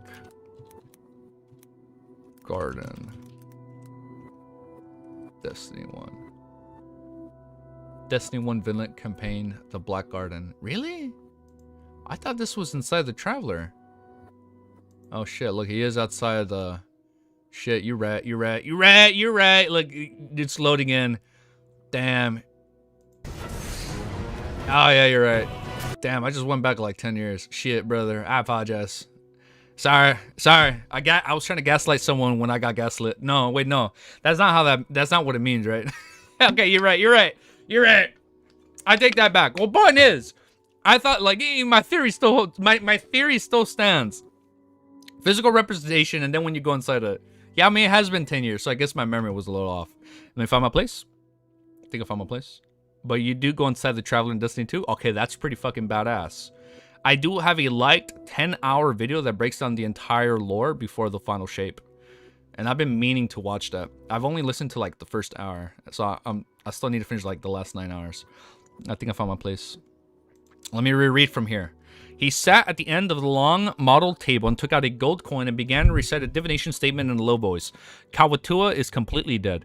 After he repeated this 7 times, he flicked the gold coin and watched it leap upwards and tumble down. The gold coin landed in Klein's palm and the king's head face up. It meant a positive result. It meant that the sea god Kalvatul was completely dead. As expected, the ancient elven ruins of Semin Island, the hidden place which Kalvatul used to maintain his existence, are closely connected, the mandated. Yeah, that guy. Yeah, I remember. I was looking into it. Punishers and military have just received the Book of Calamity, and since they only learned about the ruins for a little more than a day before Kalvatua couldn't hold out much longer, I thought it could forcibly survive for 2 or 3 more days. Klein sighed and tried to divine whether the official Beyonders had already entered Kalvatua's hiding place. Unfortunately, due to the lack of information, his divination failed and he was unable to obtain any revelations. After thinking for a while, Klein changed his angle, undid his spirit pendulum, and began to divine if it was dangerous for him to search and explore Kalvatua's hiding place. As This involved himself to quickly receive the conclusion. I read that wrong. The topaz pendant was rotating counterclockwise at a not so fast frequency and low amplitude. It is dangerous, but it's acceptable. The danger is even less than the sacrificial ritual. Klein nodded gently, returned to the real world, and began his preparations for his operation. He locked the bedroom door first, and then he arranged a ritual to summon himself. Dude, thank you for subscribing. Thank you, man. Thank you, guys. For summoning himself. Once again, he entered above the gray fog. Klein picked up the Black Emperor card and placed it inside his spirit body. All of a sudden, he turned corporeal as if he was a flesh and blood. The surrounding black fog stuck to the surface of his body and formed a majestic aura. It was as if he was entirely clad in a physical armor, but on his head was a gorgeous pitch black crown. Looking at the human skin glove on the table, Klein hesitated to put it on. Above the gray fog, creeping hunger was almost in a sealed state. It didn't dare to make an unusual movement. Creeping hunger was almost in a sealed state. It didn't dare to make any unusual movements. But once in left the area, the uncontrollable hunger would cause harm to its wielder, whether they were alive or in spirit body form. Oh. Even in spirit... Okay, yeah, that makes sense. Yeah, I guess, yeah. Even in spirit body form. Amidst Klein's consideration was whether the Black Emperor's high level could suppress the creeping hunger inside his spirit body and keep it normal. I'll give it a try. If it doesn't work, I'll end the summon and return here. This will hardly require any time and there's no danger. Klein picked up creeping hunger and put it on over the iron black armor gauntlet. He didn't hesitate any longer and stepped into the door summoning with the help of an... This is so cool. So now he's using the black armor, the card of blasphemy on top of creeping hunger. I need a whole ass video essay on the fourth epoch. We will. There's so much lore on just the fourth epoch already. Like, you had the whole war. Like, you had, like, all the freak... Oh, my God. So much happened. It's so wild, bro. He didn't hesitate any longer, stepped into dorm summoning with the help of an expanding candle flame. He arrived in the real world. Without being careless, Klein's first reaction was to check the state of creeping hunger. He found it calm and submissive. Subservient to the high level Black Emperor, not bad. With a sigh of relief, Klein placed the mystical items such as a Zix copper whistle, the biological poison bottle, and the sun brooch into his body one by one. Damn, dude, he is stacked with mystical items. Finally, he picked up the black hardwood cane and prepared to use it to search for his lost iron cigarette case that had been tainted with the Grey Fox aura. Of course, in order to find the place where Calvatul was hiding, one had to first enter the spirit world and pinpoint the location from within. Otherwise, it would only fail. As for how to enter the spirit world, Klein didn't consider the three methods provided by Mr. Zik. As a spirit body with intelligence and the ability to think, how he was unable to find the spirit world... I read this wrong. How was he not able to find the spirit world and enter it? How long is it going to be today's stream? Might have to go soon. I think we're good for like another hour and a half. I think we're still good. He calmed down a little and recalled the scene of countless spherical lights. I think we're still good for another hour and a half, Cammy. First, spherical lights. His body and mind quickly became tranquil. His thoughts gradually became empty as his conscience gradually extended and expanded. He soon discovered that he was surrounded by indescribable, illusory, transparent things. All the colors became bright, distinct, but overlapping, and the gray fog had grown so faint that it seemed to cover everything in an ethereal manner. In the depths, high up in the sea, there were 7 rays of lustrous brilliances that shone with different colors. This seemed to possess life, and they contained immense knowledge. This was the spirit world. It completely overlapped with reality and was an omnipresent. If I happen to encounter the mandated punishers or military personnel, I will immediately end the summoning and return above the gray fog. Klein took a step forward. After easily entering the spirit world, he felt his body become illusory. The black coat behind him fluttered up slightly, and hardwood cane in his hand stood upright. He said in a low voice, dignified voice, the location of my unique iron cigar case. While chanting, Klein felt tense for a baffling reason, and a saturated and distinct colors of his surroundings. Pairs of indifferent and eerie eyes glanced over. After repeating it 7 times, Klein released his grip and waited for the revelation. The black hardwood cane floating forward at an adequate speed, which was neither too fast or too slow. Klein followed it, flying through the real, the illusory, the strange, and mysterious spirit world. This is so cool, dude. Here, if he lost his bearings, it was easy to end up completely lost and never be able to leave again. Of course, there wasn't a problem for Klein. If he really got lost, he could end the summon and return directly to the space above the gray fog. Klein chased after the black cane, which was something thrown and sometimes dropped, shuffling back and forth between distinct and overlapping colors. He passed by half-hidden spirit world creatures that couldn't be accurately described, and it was hard to know how far he had traveled. Suddenly, he saw an eye. It was round, with clear blacks and whites. The eyes looked at him without blinking. There was no head, nor was there a corresponding body. Wait. He saw an eye. I was thinking maybe the hidden sage, but no, he had two eyes. He saw an eye. It was round and clear, blacks and whites. Hold up. Are these the eyes from the trailer? Because in the trailer, Klein would like fall, right? And like he's seeing all these eyes. No. This might be something else. Next chapter's called Priest. Okay. Let's find out what happens. Hold up. Let's fucking keep reading. Timestamp. 48 minutes. 48 minutes. 19 seconds. Chapter 547, Priest. Hey, I hope you guys are having a good day, by the way. I unironically believe Susie is a better Beyonder than Danette. And then she's just like, I'm just a dog. I'm just a dog. Let me raise my seat up a little bit. Wow. You see, I wish I can kind of read in a reclined way. I wish I can read like this, and then I feel more relaxed, right? But my eyesight. Your day is shit, but thanks. Hey, man. Hey, I'm hoping we can at least help out a little bit, right? Like when we're streaming and hanging out, no matter how bad our day is, you know, I feel like we can always like find a little bit of happiness, right? If we're streaming and like, you know, doing things we like. I think that maybe helps out just a little bit. So if you're having a bad day, man, you got it, Romero. Just gotta hang in there, man. Half glass, half full. And we have finished our new film. Next chapter. We're gonna update this. We can't let Misty down. We fucked up one chapter. We can't mess up again.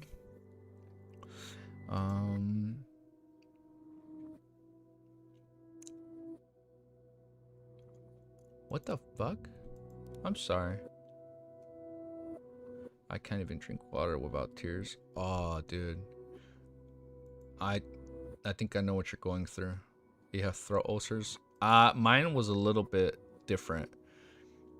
But I also had problems back in the day. Oh yeah, it was pretty bad. I can relate with you a little bit. I just looked at my arm this morning. Doing good as ever. Oh shit, dude. I hope you're doing good, bro. Wait, hold up. Let me check something. I realize in my description, my Discord fucking link just says /Discord. I'm an idiot. What the fuck is my Discord link to join? Have I literally just... What the fuck? Follow the socials and join the best Discord server in the history. And it's Discord, and then my link is just /Discord. What the fuck did I do? And then Twitch is a link, TikTok is a link, Twitter, X is a link, but Discord is just /Discord. I was looking at it, and I'm like trying to click on my fucking notepad, like, wait, what the fuck? It's not a hyperlink. No, it's a link for you? Okay, it's a link for you. What the fuck? That's so weird. No, because on my last video, it says Discord /Discord. It works fine for me also? Okay. Oh, I think it works on the live stream.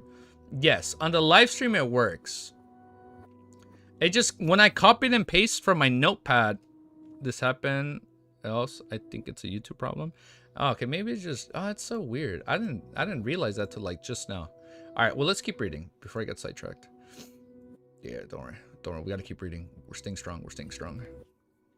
Time step is ready. 547 Priest. We're good. We're locked and loaded. Yeah, and also, man, I've been kind of low energy recently. I've been kind of like burned out IRL. Not because of this. I've been kind of burned out IRL. So it's like sometimes when it's like time to stream, I'm kind of low energy. But I'm trying to not let that get to me, you know? Because I always have fun when I'm hanging out with you guys. But let's do the next chapter. You guys ready? Let's keep going. Chapter 547. Priest. The hug. The huge eye, which had its blacks and whites clear, appeared translucent. It floated quietly behind saturated, overlapping colors. Klein couldn't tell if it was hostile or friendly. At this moment, Klein remembered a passage from the sites in the spirit world. The ancestor of the Abraham family has said, try not to cross eyes with any creature of the spirit world for more than 3 seconds unless they have already expressed interest in communicating with you. This is considered provocative behavior. Also, do not let yourself appear terrified and nervous. For some predators, this will increase their desire to attack. What the... Yo, first time here? Damick, dude, what's up, bro? Thank you for joining. Yo, first time here since volume 1. Dude, that's crazy. Dude, dude, that means the world to us. Thank you for tuning in. Well, we're on volume 3, man. We're in the Spur world right now. And so we've come a long way. Klein has come a long way since volume 1.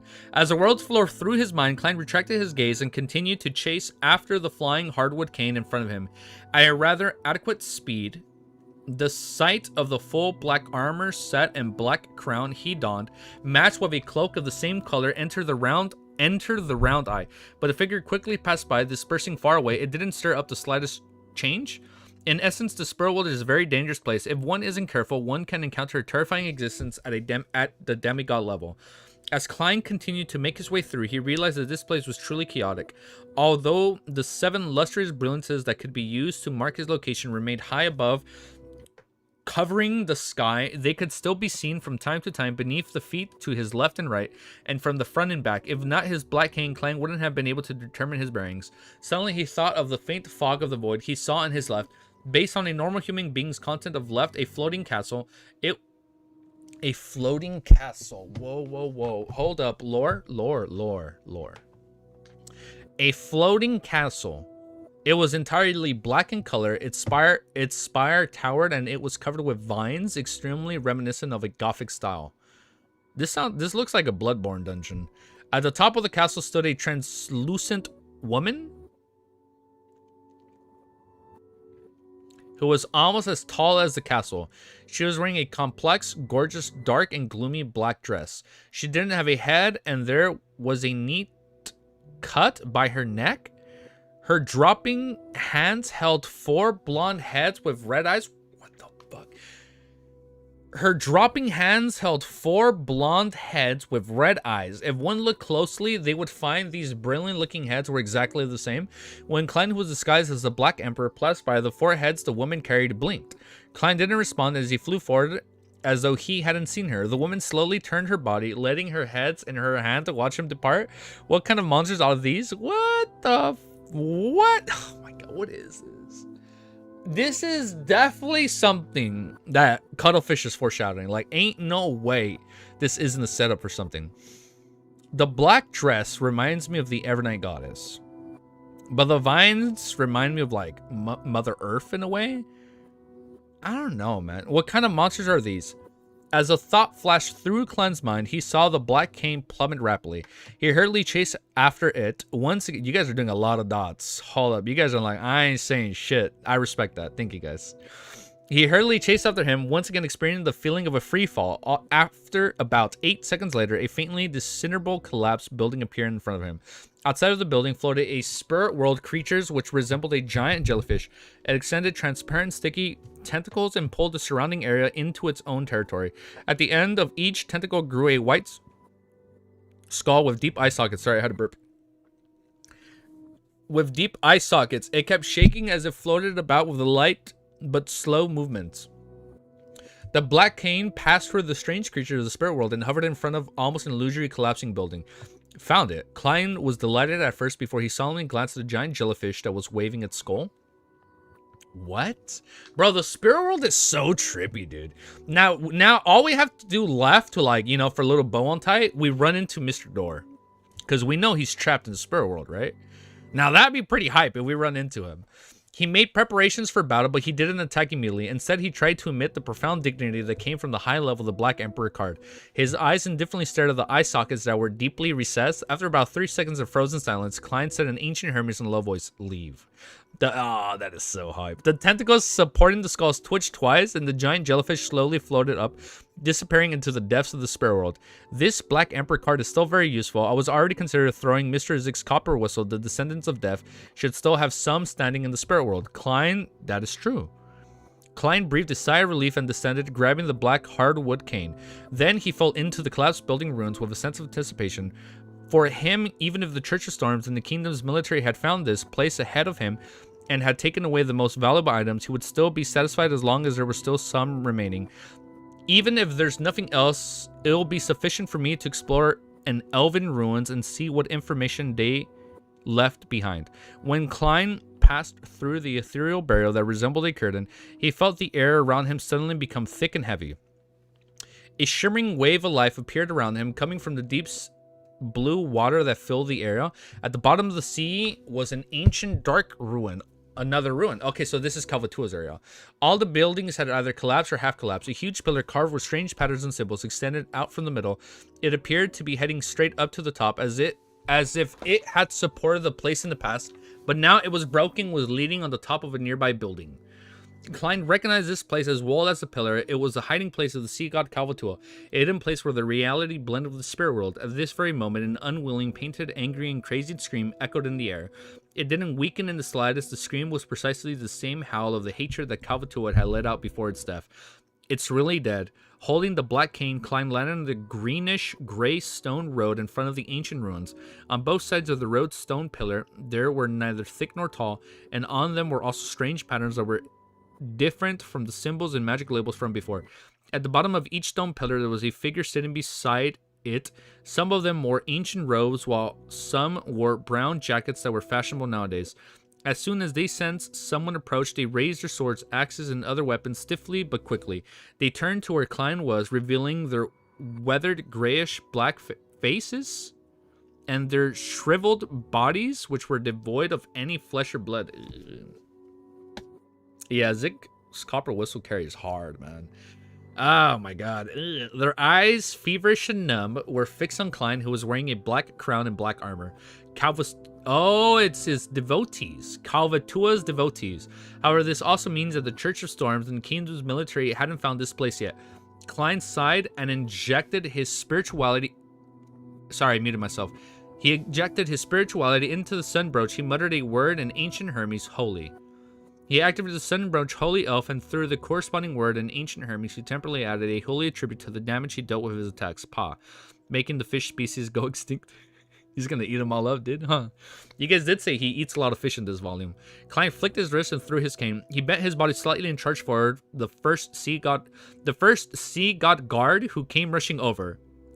While running at high speeds, Klein suddenly turned his left and dodged the enemy's axe. He then swung his arm backwards and used his cane to draw a clear grayish white crack on the enemy's body. Pure golden flames suddenly arose from within the crack, wrapping around the sea god guard and burning it until it was on the verge of collapse. Yo, man, he's cooking fish, man. Bam! Klein exerted strength into his feet and stomped past the enemies. Behind him, the completely desiccated sea god guard finally collapsed, turning into ashes within the golden flames.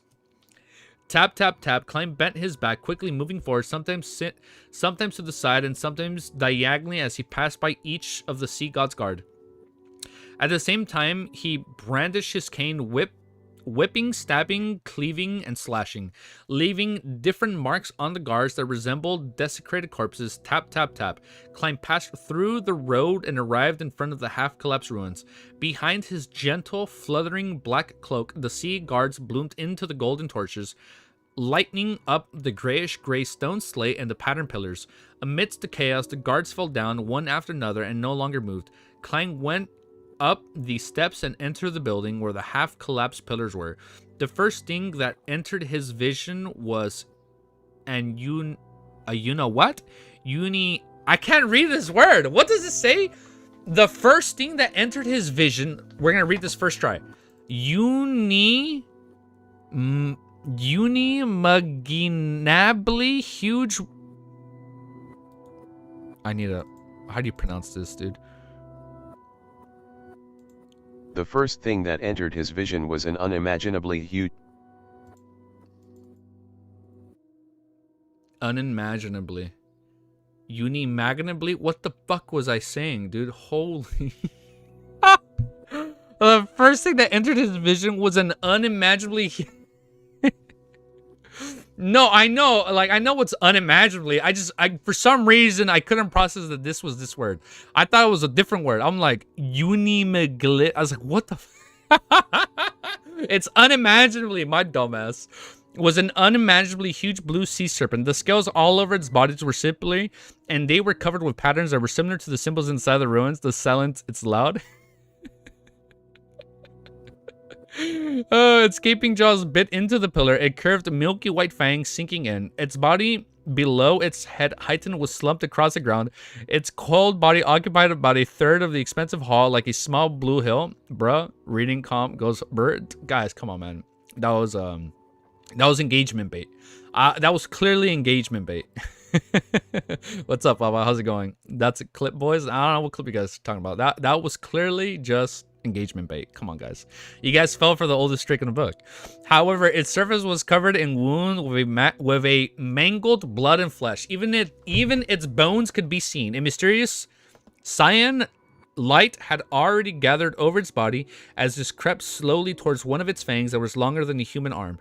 This caused the slightly curved sharp bones to slowly straighten up. Ooh. I thought I skipped something.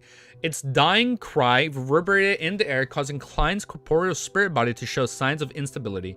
At this moment, an old man wearing a clergyman cap was lying beside Calvatua's body. The priest? At this moment, an old man wearing a clergyman's cap was lying beside Calvatua's body. His hair was gray and his body was like a gray rock. He stuck his face tightly to the serpent's body, making incomprehensible sounds from his throat. His actions were an unknown. Around the gigantic serpent's corpse were desecrated corpses. They were similar to the sea god guards outside, but they were even more bizarre. Their stomachs bulged to the point of rupturing. A Magoose? Is that a Magoose reference? Pregnant bellies? Their stomachs were bulging to the point of rupturing. In addition, their mouths were stained with dark red blood and had strips of bluish meat hanging from them. The blue dots of light also leaked out from their bodies, rushing towards the white fangs that was gradually straightened up. Before Klein could figure out what such a scene signified, the old man in the clergyman cap, who was lying on top of Kawatua, stood up in the staggered manner and turned around. His eyes were flashing with a blue light. His mouth was covered in blue-red meat. Magoose plus chicken equals what? Wait, hold up. Before Klein could figure out what such a scene signified, the old man in the clergyman cap, who was lying on top of Kawatua, stood up in a staggered manner and turned around. His eyes were flashing with a blue light. His mouth was covered in blue-red meat. Oh, he's eating them. Which was using all his strength to bite into. In the place where his face had been struck, the snake's body was mangled. It was missing a lot of flesh and blood, and even its bones were almost visible. He was eating the corpse of the sea god Calvatua. This, Klein frowned, roughly understanding what was happening. After Calvatua's death, the priests and the guards in the hall lost control and began to frantically devour its flesh and blood. At this point in time, the Beyonder characteristics had yet to appear completely, and Calvatua's body will still contained a large part of it. It hasn't appeared. Wait, the Beyonder's characteristic had yet to appear completely. Calvatua's body still contained a large part of it, and many guards had problems with a potion overdose and conflicting pathway characteristics. They broke down on the spot and died completely. Ooh. However, there were always people who were lucky enough to survive the sudden death, or there were those who lost control of themselves and became disgusting monsters, or those who directly skipped a few sequences and became a powerhouse. Wait, you can skip a sequence?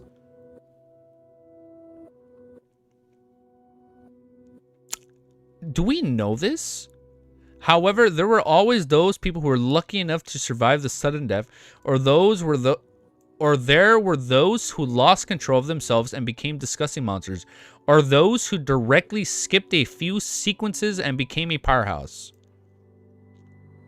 If you're lucky enough, or those who became lunatics with distorted demonic powers due to the mixture of pathway characteristics. Regardless of which one it was extremely dangerous. Klein looked down from... You know what's funny? I think Klein is going to skip a pathway. Hold up, I'm going to talk about this. There's like 5 sentences. We're almost done with this chapter. Regardless of which one it was extremely dangerous. Klein looked down from the surviving priest's face to see his belly bulging like a pregnant woman. No, not again. Not again, bro. Why? Cuttlefish, why are you always putting pregnant women in this series? Stop it. I can't do this. This shit is so triggering. Klein looked down from the surviving priest's face to see his belly bulging like a pregnant woman. A strong burgeoning and contraction appeared there, resembling a huge heart. Oh, Calvatua's heart. Wait, he digested his heart. A strong burgeoning and contradiction appeared there, resembling a huge heart. Holy shit. Wait, hold up. Let me get into what I was gonna say. Hold up. Timestamp. 1 hour, 4 minutes, 5 seconds. Oh wait, hold up. Let me read that. Klein.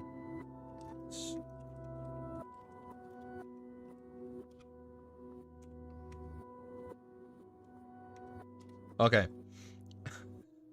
LOL. Skipping a stage, a classic cultivation trope of the MC. I don't understand the reference, but I can interpret that reference. Calvatua was a random snake that ate a high sequence characteristic and so that's why Calvatua was a random snake that ate a high sequence characteristics and skipped all other sequences and went straight to a high sequence. Okay, I guess that makes sense.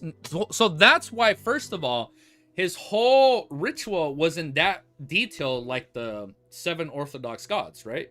Well, look, now that we're talking about this, okay, so now that they're bringing up the idea that you can skip a sequence, I know it was mentioned back in Volume 1 that a person can drink, for example, a sequence 8 potion rather than 9, but you have a high chance of losing control. Okay, yeah, that is true. I remember that. But no one does it because you will instantly lose control. I don't know, man. I think when Klein, this is what I think is going to happen. When Klein drinks sequence 2 Miracle Invoker, he is going to like completely digest it and go straight to sequence 1. The reason I say this is because as I was taking notes in Volume 2, Zaratul told Roselle, what's a true miracle? It was coming back from the dead or bringing the dead back to life. It was something along the lines, like the dead coming back to life. And Klein has clearly done that already. Klein has already died and come back from the dead. Not only that, he woke up in a dead body and came back to life. So like miraculously, Klein's body has already done it twice. Klein has come back to life unintentionally twice. So what I'm thinking is going to happen when he drinks Miracle Invoker, I think, we know Zaratul was maybe sequence 2 Miracle Invoker, right? Because he said he was Miracle Invoker. I think the reason why he hasn't been able to digest sequence 1 is because he can't really kill himself and bring him. Well, I mean, yes, technically, you can kill yourself, bring yourself back with CPR. Fun fact: if you've watched Final Destination's Bloodline, you can see that they try to do that. You know, bring them back with a peanut allergy, and then bring them back to life. I think Klein just instantly digests sequence 2 because he's already died and come back to life twice. That's probably what's gonna happen. And I remember along the lines very early on, you guys said like, "Oh, Klein was very lucky to pick the seer pathway." I don't know what you guys meant by that, but I feel like that's a hint to him being a miracle invoker, since he's already died, and we know that Zaratul said it's like, "Huh, a true miracle is coming back from the dead." I think that's what's gonna happen. But let's read the next chapter. Instant digest isn't skipping. Oh wait, that's what I meant. He's not skipping. That's not what. Thank you, username. Thank you. Hold up. Yes, let me clarify. I don't mean he's going to skip it. That's what I meant. Sorry. He's going to instantly digest and be ready to drink the sequence 1 potion. That's what I meant. My bad. Sorry. Let me reword that. He isn't going to skip it because he's done that. He's still gonna drink the potion, but when he drinks the potion, he's gonna be like, oh shit. He's gonna get that same feeling when you fully digest the potion. He's gonna be like, oh shit, why did I do that? And then he's gonna piece together like, oh, because I've died twice. I instantly died. That's gonna happen. Come on, man. You know it. I know it. It's gonna happen. It's gonna happen. It's only a matter of time. All right, timestamp. 1 hour, 7 minutes. I think I'm gonna change the music now. 45 seconds. 548. Yeah, we can go into the next chapter. I mean, next song. Let's turn off the loop. Let's turn off the loop. Let's do this. All right, next chapter. I don't like horror movies or movies with graphic stuff, so I never could watch one. No way, 10. Really? I feel like Lord of Mysteries has enough like body horror and like I feel like Lord of Mysteries covers that enough where you can be like, you know what? Maybe I can watch it. Literally just watched Films Theory video on Final Destination yesterday. Ooh, really? I haven't watched that, but we're gonna look into that. Chapter 548. Ooh, almost forgot to update this. It's called The Trick to Dealing with Large Creatures. In the ruins that was filled with seawater and was half fused with the spirit world, Klein stood at the door of the central hall wearing full black body armor. Inside it was a gigantic blue serpent's body that was being mutilated for food, and the old priest with his bulging stomach. We're going here, huh? Instant digestion isn't really a thing. He could have some resonance which would facilitate digestion, like with Faceless. Okay. Chimo. Bloodthirsty bones. Okay. Yeah, we don't know about instant digestion. Like, okay, we know that's, like, in the series, we know that has yet to happen. Like, we don't know anybody that's been able to, like, instantly digest, right? But I feel like Klein, I feel like he's special enough to do it. Like, I'm pretty sure. I feel like he could do it. If we know the sea serpent Calvatua was able to skip all that by eating a characteristic, bruh, delay. Oh, there was a delay. I feel like it can happen. Maybe not, right? Or maybe Klein finds like a sequence 1 characteristic and he's like, you know what? I'm ballsy enough to just eat this. Wait. It's clicking.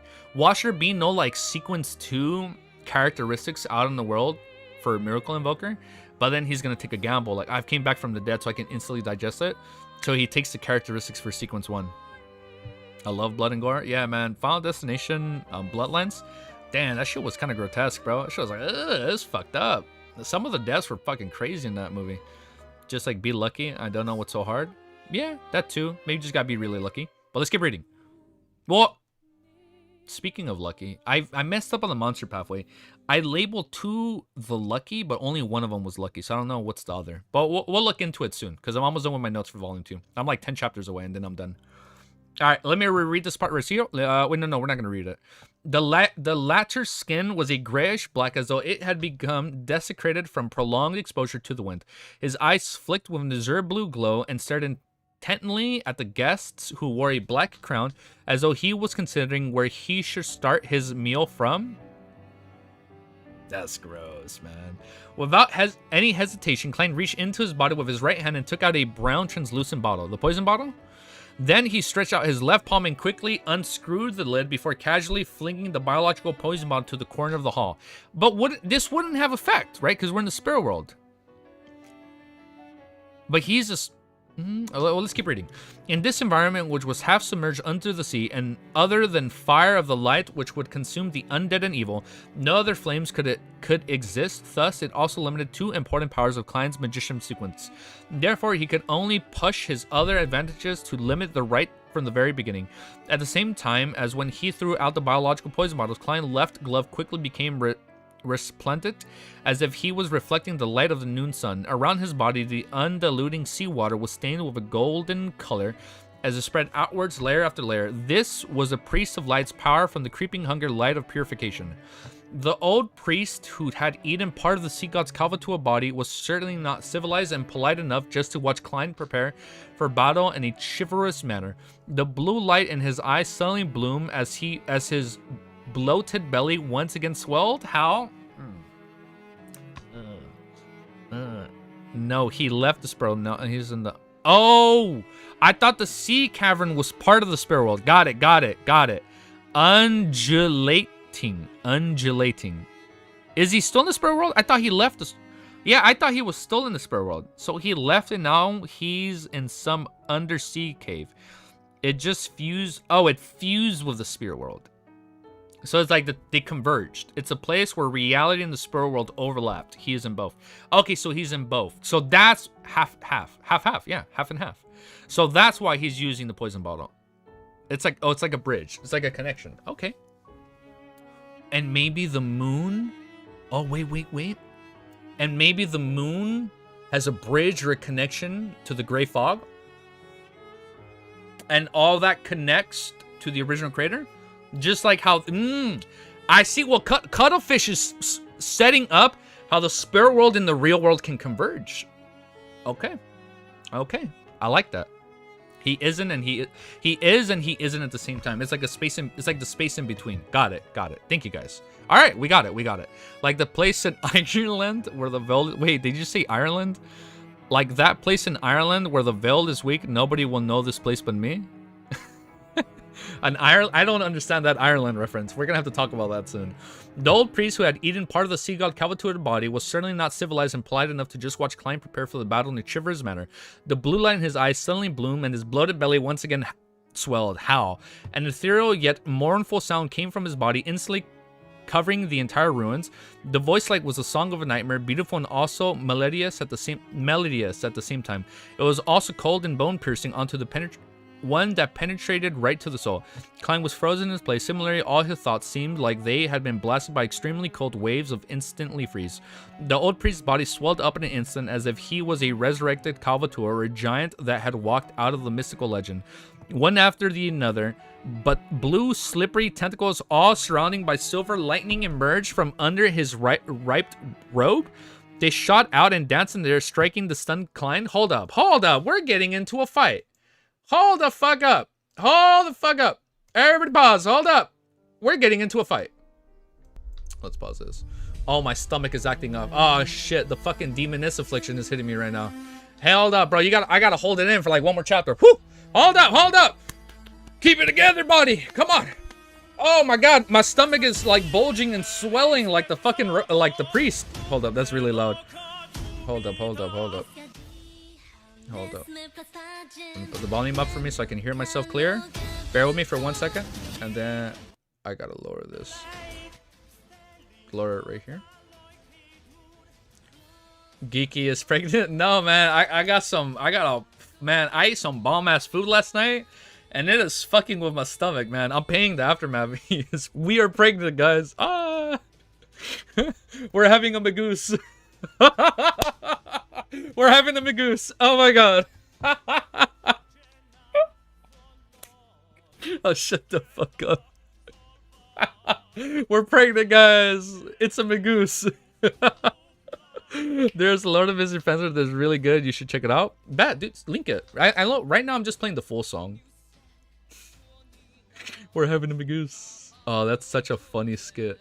Imagine we bring out like a pregnant test that shows positive, and then like under my belly, I put like a pillow, make myself look pregnant, and then I lift it up and it's a face. We're pregnant. Oh my God, guys, wait.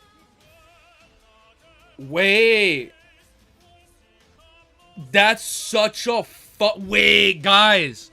Out of context is crazy. Wait, spoilers.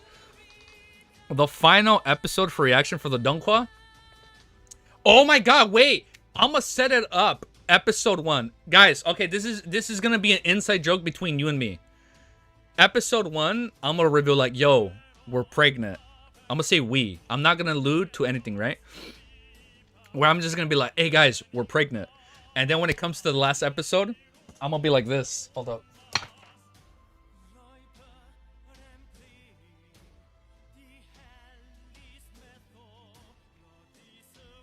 And then the last episode reaction, I'm gonna be like, oh, my stomach. Oh, shit. And then we're gonna be like this, right? Like, oh, my stomach. Wait. And then I'm gonna lift it up. You can see the crazy, fucked up true creator face, like right here. And I'll be like, ah!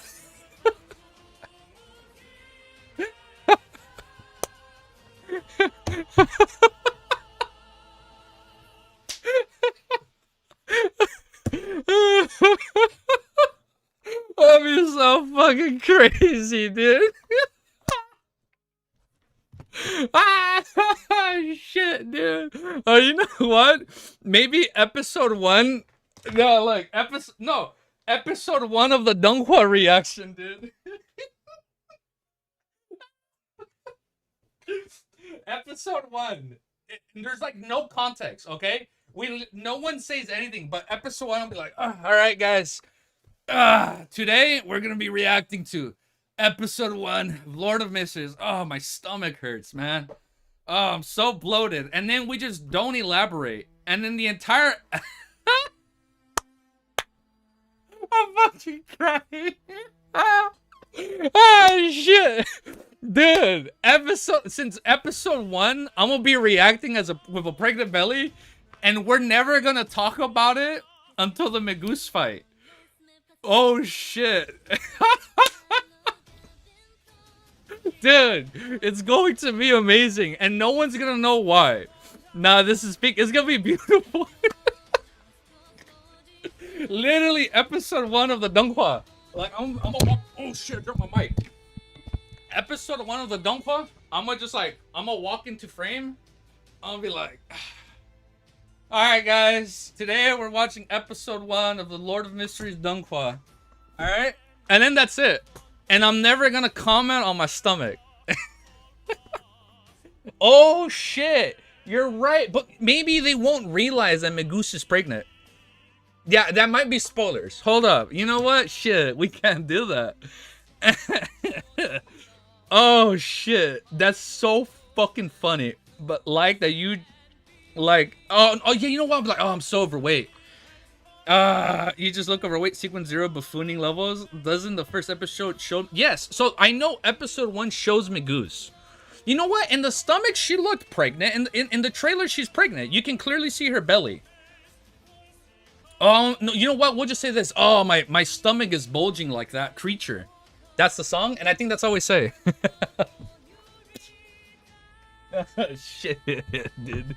This is gonna be so fucking funny. It might have some spoilers. Oh, no, yeah, the song does have spoilers. I know, but that's why I'm not reading the text, Ascend. Yeah. Sing with Josh. Yeah, I know the song has spoilers, so I'm not reading it. And I know there's different voices. That's the Terror Club members, so I tried to not necessarily Megoose. I think it's just the chaos, just maybe not the person herself. Ooh, okay, yeah, maybe. Well, you know what my point is? I think that's gonna be a funny ass episode 1 reaction, and then we don't elaborate on why the fuck I have a why the fuck I look pregnant. Oh shit, dude. That would be so fucking funny. Wait, hold up. When is this? I'm gonna try and snippet that. I'll screen record that since I wasn't recording this. So we're like at an hour and 50. Let me just put this at the bottom so I don't forget. An hour 50 pregnant. All caps. I'm gonna just episode 1 reaction with a suit and pregnant belly. Just say dude, I think I am gonna buy a pregnant suit. I think I actually am gonna do that. I think I am gonna try and find that. Oh yeah, I think only mods can send links. Oh, it's gonna be so fucking funny, guys. Alright, and then people get mad or they try and cancel us, like saying, hey man, that's insensitive because you're wearing a pregnant belly, and it's like, you're a dude. And it's like, hey man, I'm gonna need you guys to back me up and say like, hey, it's a Lord of Mysteries reference. You guys are gonna have to back me up on this one. Alright, because I'm not trying to get canceled and be mean and rude. So you guys are gonna have to back me up when that happens, because I feel like it's gonna happen. It might have spoilers. LOTM inspired song, Prank to the Full. Alright. You guys let me know. Let me find my place. Fuck, dude, I'm so lightheaded now. I don't even know where I'm at. Let me find my place. Oh, shit, dude. Oh, it's gonna be so fucking funny. Yet more for song cover the body instantly covering the ruins. The voice was like a song of the nightmare. I think we're here. We're just gonna read from here. We're gonna read from here after that side tangent. People that are watching the VODs aren't gonna know what happened. I mean, people are watching the video won't know what happened unless they go into the VOD. But we're gonna read from here. So if you guys want to see what's so funny, watch the live stream. The old priest who had eating part of the sea god's coveted body was certainly not civilized and polite. I read this. One penetrated right through the soul. Where was it? Tentacles, right? Damn, I lost my voice. Fuck. Wait. Cold waves, slippery giant. Fuck, I lost my place.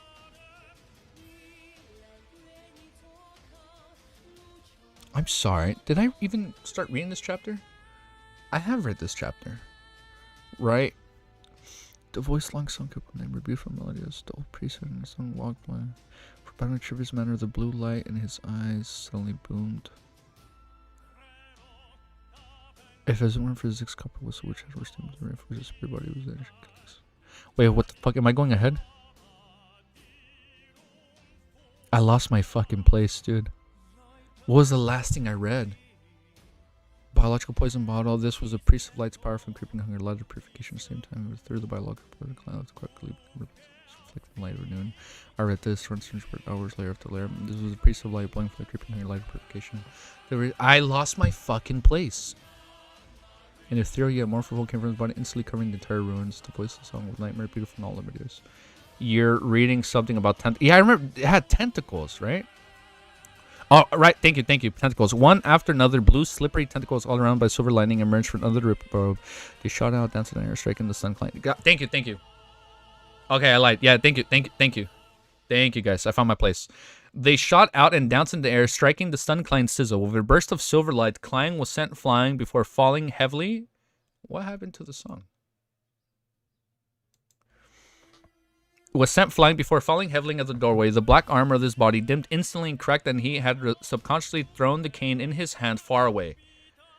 His mind remained abnormally calm in a situation where he was almost frozen. He didn't even have the thought of using paper figurine substitute that he had ended up taking on the blow head on. If it weren't for the Black Emperor card and the Zig's copper whistle, which were simultaneously reinforcing his spirit body, with him essentially being a sequence 6, he would have been seriously injured and even killed instantly. The tentacles surged over again and struck down. Klein, who was jolted awake by the electricity, agilely somersaulted away, barely dodging an attack. He glanced at the man's body. He turned around immediately and ran out the door without any hesitation. It was a determined and decisive action. Tap, tap, tap. As Klein ran and flew as though he was pathetically fleeing for his life, the old priest's silver lightning enshrouded blue tentacles were chasing him from behind. In a bid to pull him back into the hall, Klein would nimbly change directions, dodging with his agile movements and timely somersaults. Seeing that things weren't going as he wished, the old priest's belly expanded. Oh my god. All right, here we go. Seeing that things weren't going as he wished, the old priest's belly expanded once again, and his cold voice resounded in ruins.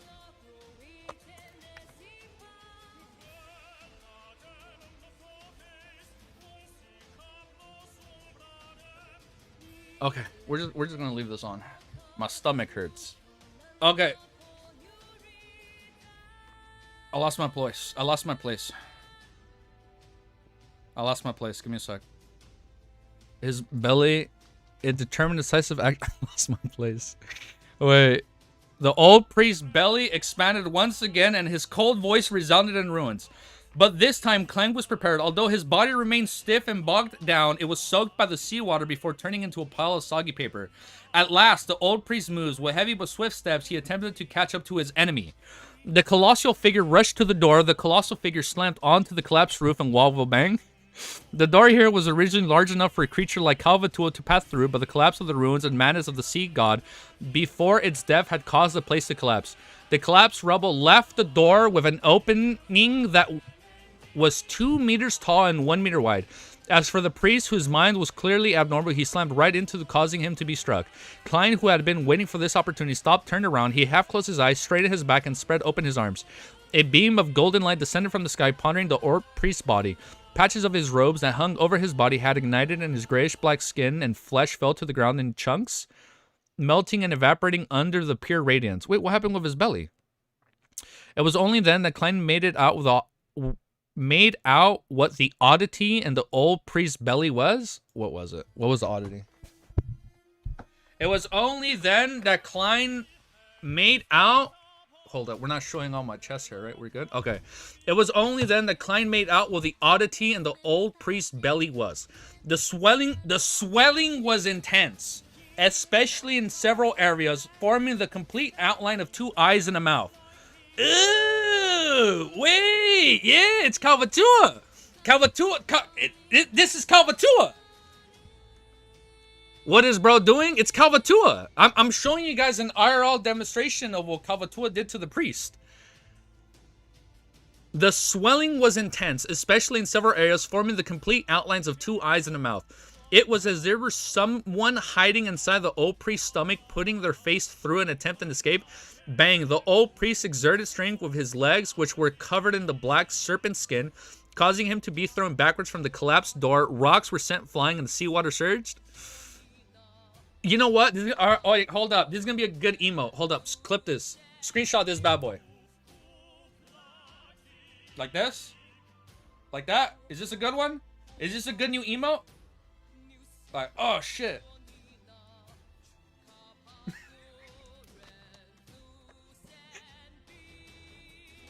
Well, I guess we got a new custom emote in this chapter. Alright, we'll make that a custom emote. Oh shit, dude, you look like it's me, Mario. Oh shit, okay. The swelling was intense. I'm gonna read the whole fucking chapter like this now. At least until the belly's gone. The swelling was intense, especially in several areas, forming the complete outlines of 2 eyes and mouth. It was as if there was something hiding inside the old priest's stomach, putting their face there in an attempt to escape. Bang! The old priest exerted strength with his leg, which was covered by the black serpent skin, causing him to be thrown backwards from the collapsed door.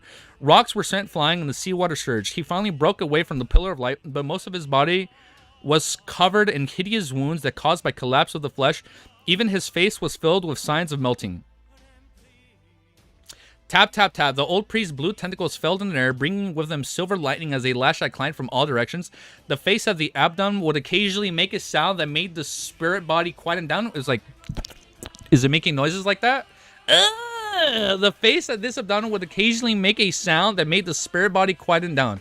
Klein engaged in either running, somersaulting, circling, or calmly twirling around with his opponent. He was to go in the opposite direction when his opponent headed in one, just like a wild dance between 2 people. During this process, he relied on paper figurine substitutes to withstand the ethereal yet cold shrieking again and again. Occasionally, he would let out a roar and use a wraith shrieking to agitate the old priest, forcefully interrupting the face in his abdomen from producing any sound. That's gross, bro. Is this my place? Yes, I found my place. I thought I lost my place. Time passed second by second, and the crazy old priest, who had been keeping his hands down, suddenly raised them and pressed them against his stomach. He pulled with his arm, forcefully tearing the silhouette of the mouth into a gash. What? He pulled with his arm, forcefully tearing the silhouette of the mouth into a gash. Blue gush? What? Blue pus gushed out of it as a dense array of sharp teeth grew out. With another roar, the seawater around him gushed towards the mouth, forming the terrifying whirlpool that Calvatuit had previously created. Klein, who was dressed as the Black Emperor, was sucked in, and the lightning tentacles around him were retracted around to embrace him. Klein didn't panic, and his glove on his left palm quickly transformed, looking as if it was made of pure gold. While floating in midair, he stared at the face on the old priest's abdomen and the seawater whirlpool below him. His eyes suddenly flashed with 2 bolts of lightning.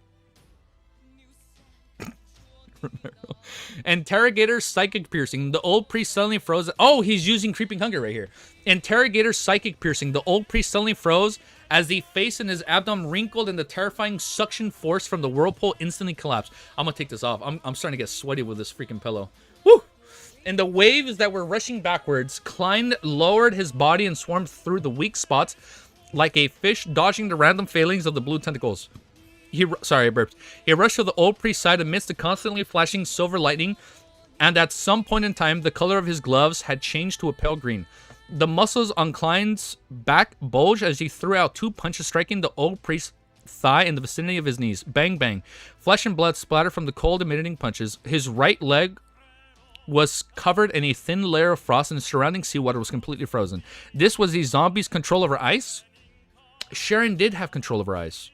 And I remember Trissy also had control over ice. As the old priest cried out in pain, he retracted his whirl-like tentacles, illuminating the entire room with silver light. This is such a cool hype, dude. Oh my god. Volume 3 is so good, dude. It's such a goated volume. At this moment, Klein was greedy and stopped just in time. He continually somersaulted backwards, avoiding the crazy attack that scorched the stone slabs on the ground. He stood up, and while the old priest was still frozen in place, the glove on his left palm once again glowed with the color of the sun. Klein straightened up and took a pose of praising the sun. A thick, bright, and holy pillar of light descended once more, enveloping the old priest in it. Klein saw the grayish-black flesh of the enemy quickly disintegrate, and the skin of the face on his enemy's abdomen melted, revealing the situation inside. Inside the old priest's abdomen, the heart, stomach, and intestines and the other organs were mashed together, forming the face of a sea serpent. Calvatua actually still has little of its soul left.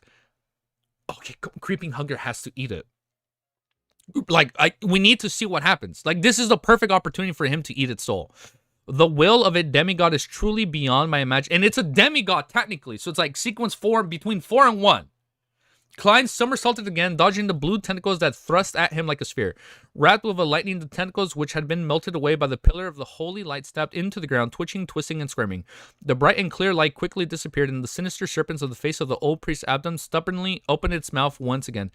At that moment, the old priest himself had bent his waist and let out a fit of violent coughs.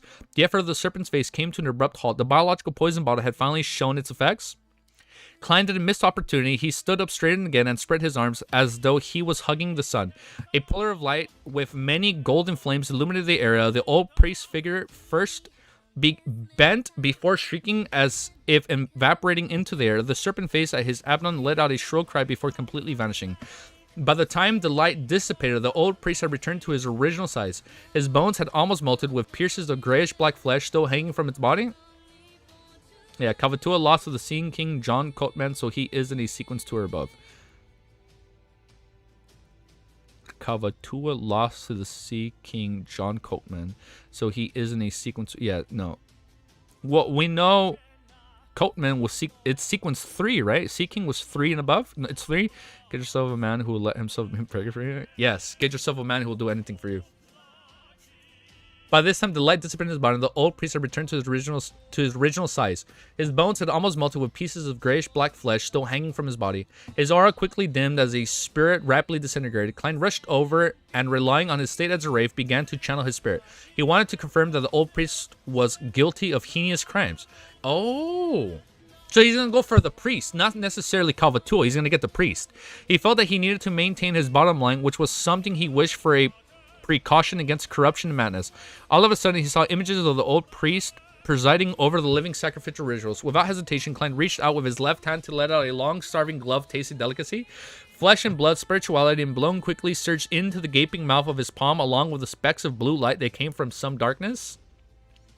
During the spirit channeling, Klein confirmed that the old priest was previously a soul azure.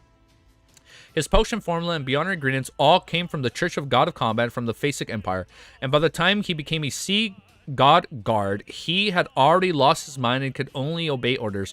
After the death of Calvatua, he had followed his instincts and eaten the flesh and blood of the deity he believed in. And in the end, the conflicting characteristics turned him into a monster. Oh, the conflicting characteristics turned him into a monster. Yeah, Sea King was 3. Got it. Okay. And he was able to take him out. Just as Creeping Hunger was sated, all the Beyonder characteristics on the ground suddenly stirred, turning into a hurricane and sweeping into the hall before plunging into the White Fang that was no longer curved. When Klein looked over, he saw that Calvatua's remnant corpse had completely collapsed into something that resembled mud. As for the Serpent Fang, which had absorbed all the Beyonder, all the Beyonder characteristics of the era, it had become a short scepter. Oh, it became a mystical item. A scepter.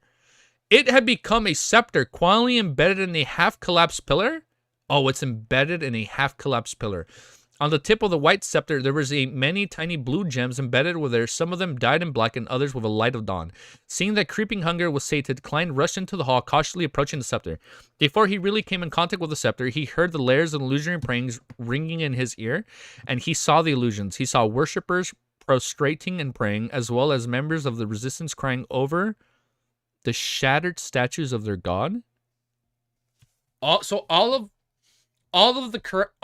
Beyonder characteristics formed and turned into a white scepter. You don't be crazy though, man. If Klein, he just becomes like a Grim Reaper and just starts using a fucking scepter on top of his guns and the cane, bro, that'd be kind of wild. All right, let's go another chapter. All right, let's go. Chapter 6. 1 hour, 26 minutes, 38 seconds. Holy shit, dude. Chapter 549. Copy paste. I mean, Calvatua lost. Klein. I remember I saw that earlier. Klein was sucked. That's pretty funny out of context. That's me laughing at that. What a good joke. Okay, next chapter. High Elf. Oh, what's gonna happen? All right, chapter 549. It's called High Elf. So it doesn't look like we need any more pregnant bellies this chapter. As the layered sounds of illusionary pleas rang in his ears, Klein felt as though he posed a corporeal body. The deepest part of his head throbbed with pain, so much so that he yearned to slam his head into the wall to alleviate the pain with his more pain. The scenes of different people praying to him made him feel an uncontrollable, abnormally terrifying scene of dizziness. It was as if he was walking the edge of a deep abyss that could fall down at any moment. It was only because he had his spirit body reinforced with the Black Emperor card and the Zig's copper whistle, as well as being accustomed to being prayed to, which had prevented him from losing control straight away like the other non-demigod beyonders. They would already collapse to the ground in pain, turning into a monster or erupting into a mess of flesh and blood. All of Beyonder characteristics in this area have combined together to form a sealed artifact with the help of the Serpent Fang. Moreover, the degree of danger and negative effects have far surpassed that of a Grade 2 sealed artifact. Klein didn't rashly move forward, but instead took a few steps back and left the area where the praying voices were concentrated to ease the pain and dizziness so they would have caused his spirit body to collapse. He stood next to Calvatua's mashed body, which resembled slush, and he stared at the white scepter that was embedded into half-collapsed pillar. He considered how he could take it away. This is kind of reminding me of how like Excalibur, you know, how like you have to like pull it out of it. At the same time, he naturally chose a name for the sealed artifacts. Oh, he chose a name. At the same time, he naturally chose a name for the sealed artifact Sea God Scepter. Oh, no, we started at 44. Yeah, we're at 44 and we're at 49. So this would be chapter 6, right? And we've been live for like 2 hours? We had a few tangents here and there. Yes, from the feeling of the reaction just now, I can barely get close to it and pull it out. But I can only last a few seconds. There's no way for me to hold it or use it. However, it doesn't matter. Once I have it in my hand, I'll terminate the summoning ritual and return it above the Grey Fog. There, I can effectively block the thousands of prayers and any of the still unknown negative effects. I feel like this will cause someone to go crazy, dude. If they're hearing like the thousands of prayers, right? Thousands of prayers and any of the still unknown negative effects. It would allow me to study it with ease. Klein quickly came up with an idea. In his Wraith state, he could instinctively communicate with the spirit world to receive a revelation without the need to toss a coin. His spiritual intuition told him that doing so wouldn't be too dangerous. After making up his mind, Klein began to clean up the mess and take the opportunity to see what he could find in the ancient elven ruins. He first headed to the corner and picked up a translucent biological poison bottle, screwed the lid back on, and stuffed it into his body. Then he turned around to find an iron cigar case that was half hidden beneath the slushy remains of Calvatua. I thought it had been swallowed by Calvatua and corroded into dregs. Klein clicked his tongue in wonder and quickly walked over. Because he had been left feeling numb from then discharged electric currents from the seawater, he raised his right hand, allowing the iron cigar case to float slowly in the air before landing in his palm. Klein glanced around and saw that the surface of the iron cigar case was covered with corrosion marks. However, it was still barely usable for the other atoms that were sucked away by the seawater whirlpool back then, but there was no signs of them. You went on labor midstream, so it's understandable? Yeah, that's true. Thank you, guys. Thanks for understanding, Vec. The aura of the gray fog made Calvatua uncomfortable, so it vomited it out of the right away. Or has this iron cigar case undergone some sort of mutation that makes it not prone to corrosion, allowing it to survive until Calvatua died? Amidst his puzzlement, Klein placed the cigar case into his body, planning to study it after he left. Under such circumstances, he was in a race against time. He couldn't afford even the slightest delay because Klein didn't know when the Church of Storms and the Kingdom's military would find this place. He walked around the half-collapsed pillar from a distance and entered the rear of the hall, which had almost completely collapsed. There should have been many murals here, but with the destruction of the walls, they had all disappeared. Klein flew all the way to the end before seeing about a third of the exquisite throne being buried by stones and pillars. On the left side of the throne, there was a half of a mural that depicted a confrontation between the two figures.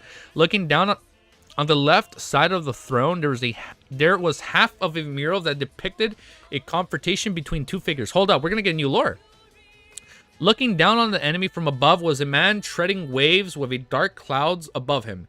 He seemed to have storms draped over him as he had relatively softer features. He his contours had an oriental trait from Klein's past life.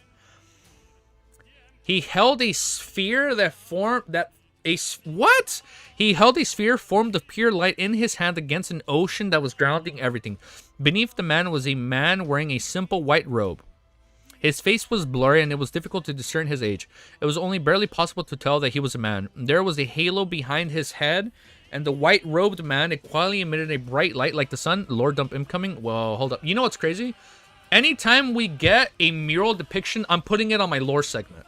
Like, every time there's a mural depicting something, I'm taking that as 1000% fact, and it's going straight into the lore section of my notes. Okay, hold up. Beneath his feet was an illusionary circle with 12 segments. Angel of Time, right? Right? This was revealed when, with Derek. Yeah. The circular river, it was like the worm of time. Okay, each segment had symbols representing different times. Behind them was a shadow that was like a curtain, and within the shadows it appeared as though there was an eye peeking out from it. Relying on his solitude foundations and mysticism and rich knowledge from many sources, Klein quickly made an interpretation. Waves, storms, dark clouds, lightning, this should be the ancient... How do you come to this conclusion? What? I thought it was going to be something like Lord of Storms. This should be the ancient god Elf King Sonathrine. Indeed, he's just like the legends. Oh, because of the spear. Or the trident, right? Or the one he's holding. With the rather soft facial features of an elf. The soft facial features of an elf. This ancient lord... Oh, it is the ancient Lord of Storms. Yeah, you're right. Hold up. It was similar. Yeah, hold up. Sonathrine, or like Lord of Storms, closely related to Sonathrine. This ancient Lord of Storms doesn't give off any irrescribable vibes, and his looks are surprisingly good. Head, they're surprisingly good. Head, this is a mural and an elven ruin, so it's normal for them to beautify their own deity. This deity, sorry, I would say deity instead of deity.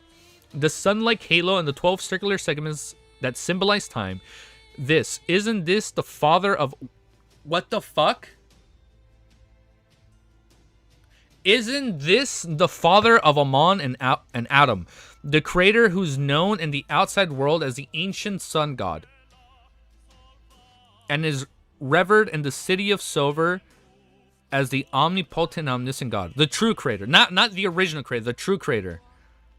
There's a shadow curtain behind him, and behind it hides an eye. So there's an eye behind the true creator. Yes, one of the images of the true creator is the... Oh, like the eye? Yes, right? Like the eye on this thing? No. Ancient sun god. No, not the... Yes, one of the images of the true creator is the eye behind the shadow curtains. I thought it was revealed that the true creator was also known as the sun god. The true creator is the eye of the shadow curtain. As expected, this is the creator who took back the ancient god's authorities of the 8 kings of angels following him. Whoa, my god, what is this, Lord Dumb? Wait, back it up, slow it down. Ancient sun god is not the true creator. What? True creator is not ASG. What is ASG? Oh, ancient sun god. The sun-like halo and the 12 circular segments that symbolize time. This isn't the father of Amon and Adam, the creator who's known in the outside world as the ancient sun god and is revered in the city of Silver as the omnipotent and omniscient god. There's a shadow curtain behind him. Behind him hides an eye. Yes, one of the images of the true creator is the eye behind him. Oh, bro, crash out with all these creators. Bro, I'm crashing out. There's like the creator, the true creator, I know the fallen creators. Okay. True creator is the eye behind the shadow curtain. Okay, so the true creator is observing the sun god. Okay, so the eye, the depicted eye in the shadow curtain, that's the true creator, and he's observing the sun god. That's how I'm interpreting this. Oh, wait, let me keep reading. Thank you guys for clarifying this for me. I'm crashing out. Too many gods. There are too many gods in the series. It's hard to keep track. That's a way to see it. Yes. No. Shit. Okay, well, let's keep reading. It's going to clarify. Klein, because Klein has like 1,000 IQ, he's going to break this down again in a simpler way for me to understand. Well, let's keep reading. As expected, this is a creator who took back the ancient god's authority with the 8 kings of angel following him. Is this mural a depiction of the elf king Sonathrine battle? Oh! Is this mural a depiction of the elf king Sonathrine battle against the creator? Klein retracted his gaze and began searching for something of value. Following his spiritual intuition, he came to the throne, reached into the base of the collapsed stones and pillars, and pulled out an object. It was a flattened gold wine cup. Its surface was engraved with intricate patterns, and its wine leg was already bent. At the bottom was a row of 11 words. Calamity Kohienen? The original owner of this ruin is a high elf named Kohinen. Like what, Conan? Kohinen? Kohinen. Oh, there's an... I'm crashing out on these names. Hold up. Kohinem. I'll just say Ko. Konem? Oh, you guys gotta help me out with this. Kohenem. This is gonna take some practice. Kohainim. Kohenim. What the fuck was that? What did I just say? Kohainim. I'm like speaking another language. I was speaking in like ancient basic right there. The Kohainim. You know, what am I saying? Kohainim. The he, or should I say he, have the title of Calamity. It matches the Book of Calamity that Leticia and company found. Both ruins should belong to the High Elf Kohanim, and there should be some kind of miraculous connection between them. Unfortunately, this golden wine cup is just a simple wine cup.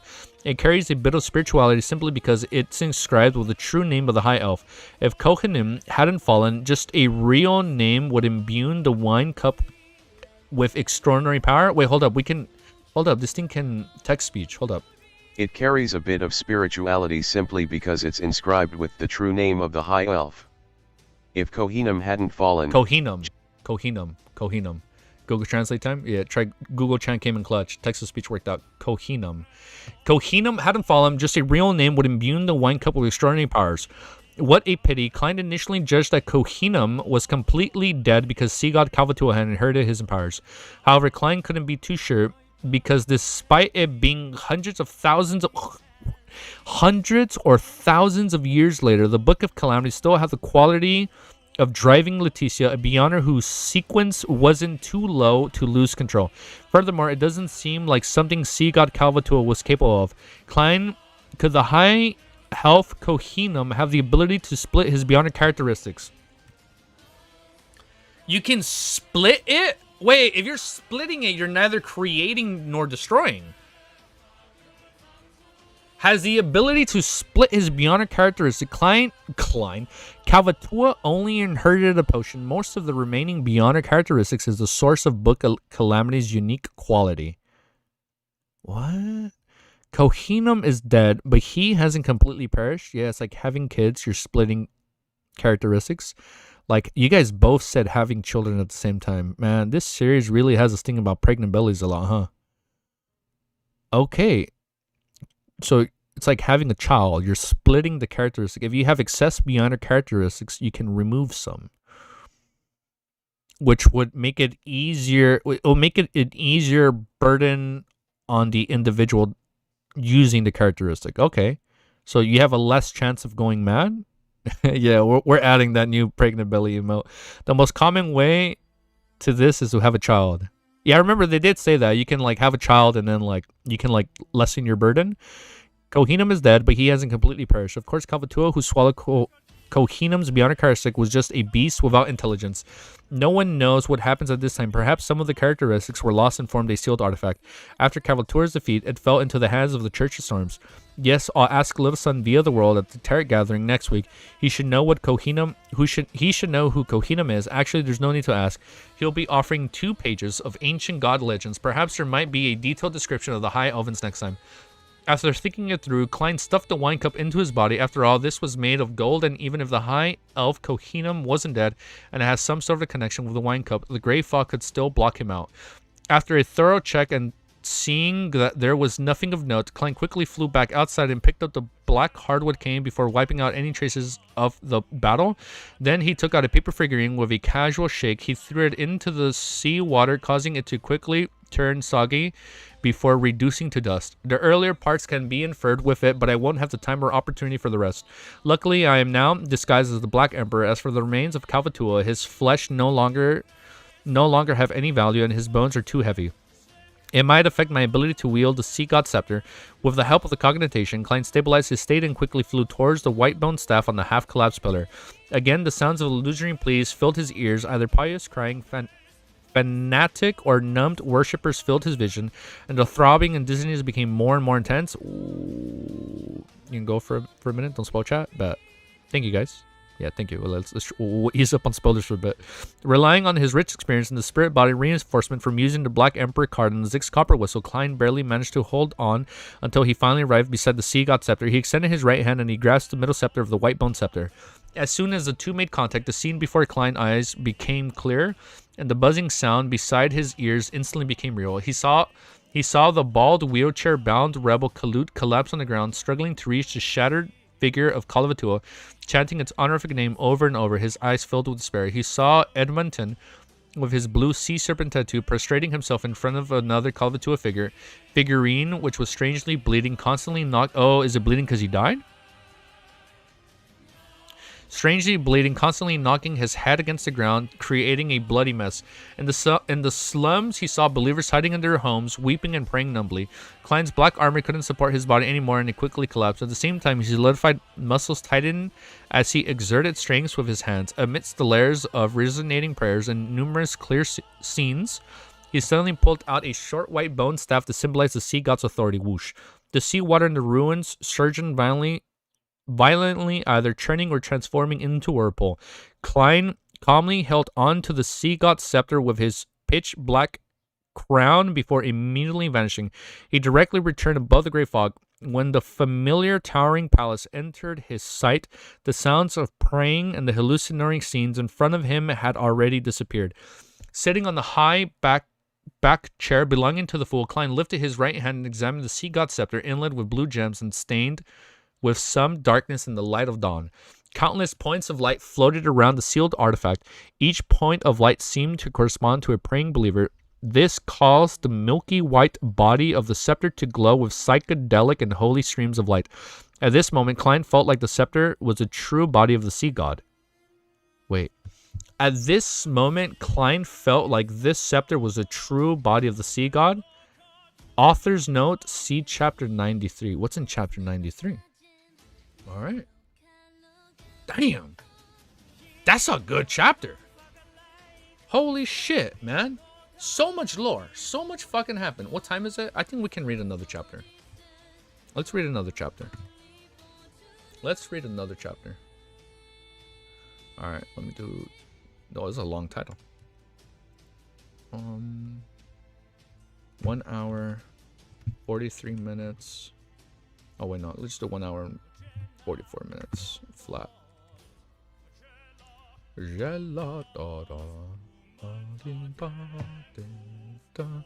think you need to note the description about... the ancient sun god. Yeah. This is wild, man. He has a sequence 3 artifact. What the fuck? He has a high sequence sealed artifact. I know he can't necessarily utilize it yet. But right now, the next thing on his goal is sequence 5 this volume. That's the whole point of him going out at sea. So he's going to go out at sea. He's going to drink his sequence 5 potion.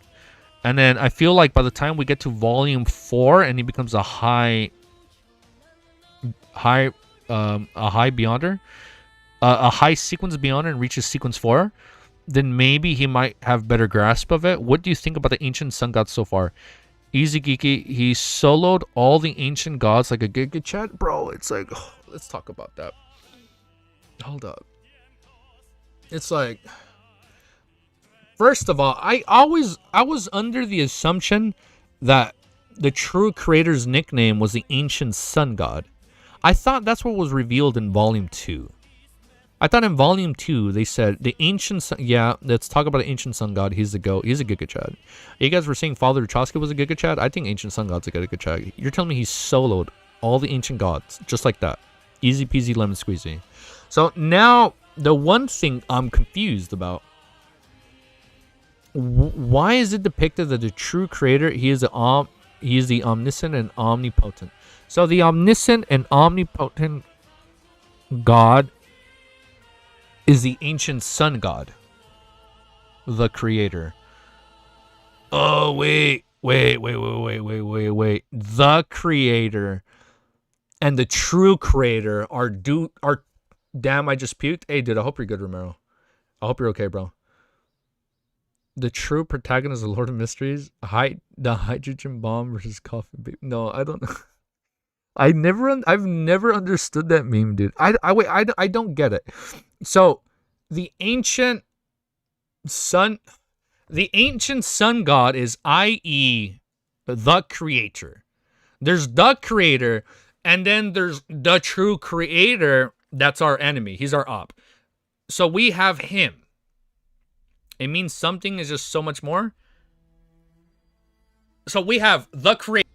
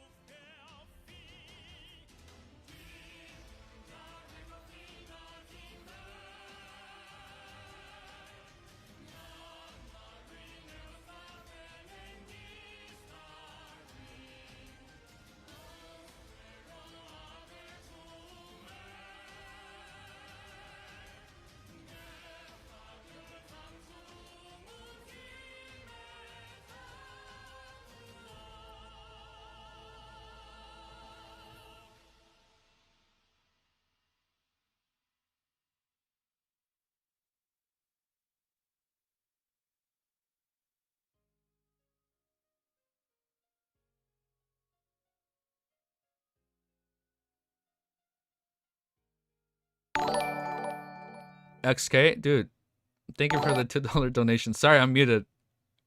Wait, I was muted. Dude, Vec, thank you for being a member for 5 months. LOL. Wait, you fuckers, you guys were saying, yo, he's probably, oh, is that why you guys were saying? You guys were saying nice theory, bro. Yeah, he's probably cooking. I was fucking muted this whole time. I literally forgot what I was saying. Holy shit. Okay, I remember. So this is how I interpreted it back in volume 2 when Derek saw the mural of the like white cross with the malevolent man, you know what I mean. The malevolent god, you know, on the I type 2 messages and then I didn't give you read. Dude, thank you guys, man. You guys are amazing, man. Thank you for being a member back. And thank you for the donation, XK. Thank you, bro. Thank you guys. So I assumed the ancient sun god was him depicted on the white cross, and then when it was engulfed, and then the other mural depicted the black cross where everybody praying to him, I thought that was the ancient sun god becoming the true creator. So that's why I always thought they were the same people. Read my message. Okay. Easy geeky. The ancient sun god is the omnipotent, omniscient creator of the Silver City. There's 3 gods? Wait, what the fuck? I thought the true creator is something else. Well, the true creator was our op from volume 1. Not again, sorry, we're lagging. Okay. Oh, man. Oh, his cooking too strong? Not true. Maybe. Yes, no, maybe. Okay, I don't know what part you guys are referencing that's not true. We back? We're back. Oh. Cooking so hard, the stream can't handle it. The omniscient and omnipotent God is the one the City of Silver believed in. And I thought the City of Silver believed in the true creator. Because, oh, I guess that makes more sense. Calling the true creator, they were like, that's an evil god. Romero's right. Oh, so there were 2 different people. I thought it was the same person.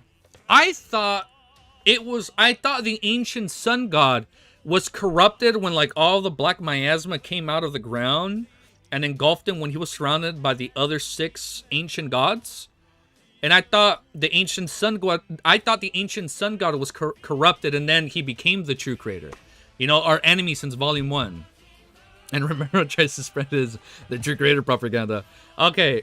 Yeah, and okay, you know, so yeah, I wasn't referring to the original. I know the original creator is something else. Yeah, I know like everything came and stemmed from the original creator. I know that. Like, I know that's a whole nother thing in and of itself. And I know that's not tied to the City of Silver. I know that. The original creator is the one from the creation of myth. Yes, okay, yeah, no, I know that. So I know the original creator is the one that's tied to the creation of myth. And then like from his body, he split. And all beyond their characteristics and artifacts, like they come from him and they eventually return to him. Like that's why the whole law of beyond their characteristics, like you can neither create nor destroy, because everything comes from the original creator. There are 2 creators and 2 sun gods. Son of a bitch, man. That is Cuttlefish is cooking, man. Like this guy, he is really intricate, and I'm over here mixing them up. I clearly do not have Klein's IQ. But you know what? We're going to read one more chapter because I'm really curious to read what the negative effects of the sealed artifact is. Original creator, ancient sun god, and true creator. Bet. Those are 3 different creators right there. Got it. He isn't really confused with the sun god. No, yeah, I guess I'm not confused. I guess I was depicted on what became of the ancient sun god. The ancient sun god. That's what confused me. Okay. But let's read one more chapter and we're going to wrap up this beautiful stream. Look at that. We've gone through so much. We were in labor, and then we're learning more lore. Goated stream, right? Goated stream. You know what? Let me just do a new timestamp. Hold up. Let me do a new timestamp. Ancient sun god and the true creator. Check what I sent in general Discord real quick. Bet. All right. Let me do my timestamp. 1 minute 51:21. All right. Let me just do a new timestamp. To be an ancient sun god does deserve all the titles. I feel like he has a lot of titles, right? You see, I thought one of his titles was him becoming the true creator, like the bad guy from Volume 1. That's what I thought. That's what I thought was going on. Ancient 150 pregnant. Oh, that's from live stream. We're gonna make that a clip. I'll try and remember to make that a clip. By the way, made a gift for you. Vec might have sent it there. All right, let me open the Discord. All right, hold up. Okay. Before we read our last chapter, my goat would never. All right. Hey, by the way, man, we're turning that pregnant belly thing into a custom emote. Since we've had so many new members, there are 3 emotes. One of them is definitely gonna be that pregnant belly one. You sent something. Don't know if you were shown these British Library collab videos. I'll check them out. Oh yeah, I'll check them out. Oh, sure. 1 sec. Thank you. All right. You said on general? Bear with me.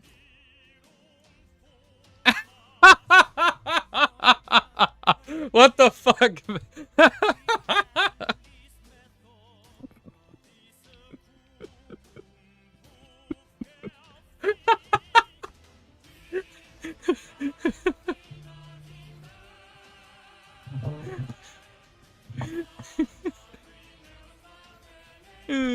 Shit. Well, here, I'll be right back. I'm getting a quick phone call. Hold up. Bear with me, guys. One sec. Oh shit, I'll be right back. yeah, that's definitely gonna be an emote. One sec. Quick thing. I'll be right back. 2 minutes.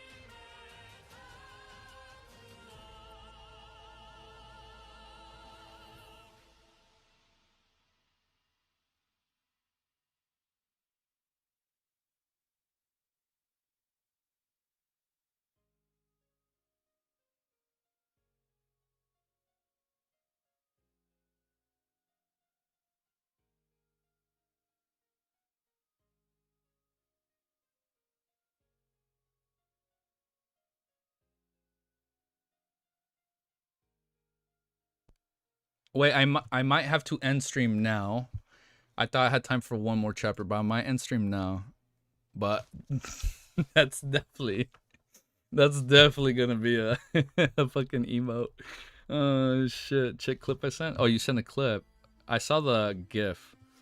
Which one's the clip? Oh, God Theory.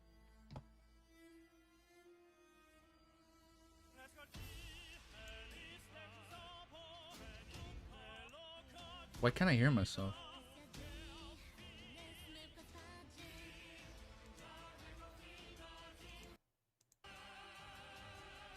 Oh, was that when I was muted? Oh, I was like, what's going on? Oh, that's so fucking funny, dude. I was like, wait, why can't I hear anything? How do I share it?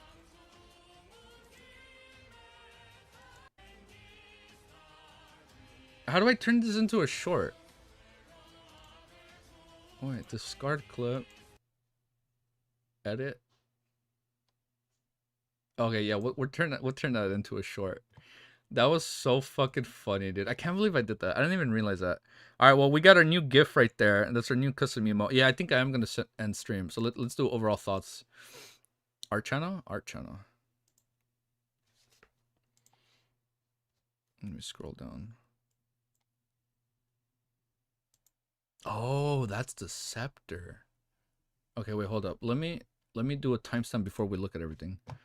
What clients saw in the spirit world? Oh, wait, hold up. Timestamp. Let me do a timestamp. Overall thoughts. Let me do overall thoughts. That way we can talk about this. So we're gonna say 5:50 for tomorrow. Overall thoughts. Okay. Let me. So hold up. This is what he saw. Okay, as we do overall thoughts. So this is what clients saw in the spirit world. The headless woman in the black dress holding the 4 heads. And those are all the eyes? That's creepy, dude. Oh my god. This is an unofficial but still extremely great illustration of the misfortune cloth puppet. They're just on right now. Oh, that's really cool.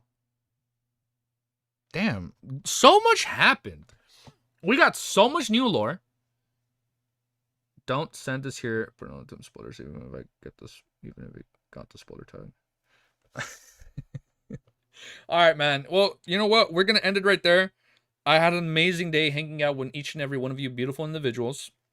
We're gonna be back tomorrow around the same time, and I will attempt to stall for as long as I can and do a volume 1 clown web novel review of all of you guys. Because when I was trying to like do one off stream, I guess the proper way, and kind of like get my thoughts, I could not do it. I was on my 4th take. I'm like, this is too hard. Like, I need to hang out with all you guys so you guys can help me out. Will you stream this time now? Yeah, I'll be streaming this time tomorrow. We just couldn't hear it because there's sequence. Yeah. Oh, the reason you guys couldn't hear my God theory was because your sequence was too low. You know, only a high sequence beyonder was able to interpret what I was saying. Stalling is your specialty? Yes. Yes, stalling is our specialty. And tomorrow we will be stalling for as long as we can, doing a volume 1 web novel review with the help of all of you guys. So it's going to be a collaborative effort. And then when we do that, I'll be able to edit the video and add imagery and maybe add some other comments by speaking over it. Because I think that's how reviews work, right? You add stuff. I don't know how to do it, but we'll figure it out. But thank you guys. I had a beautiful day with each and every one of you.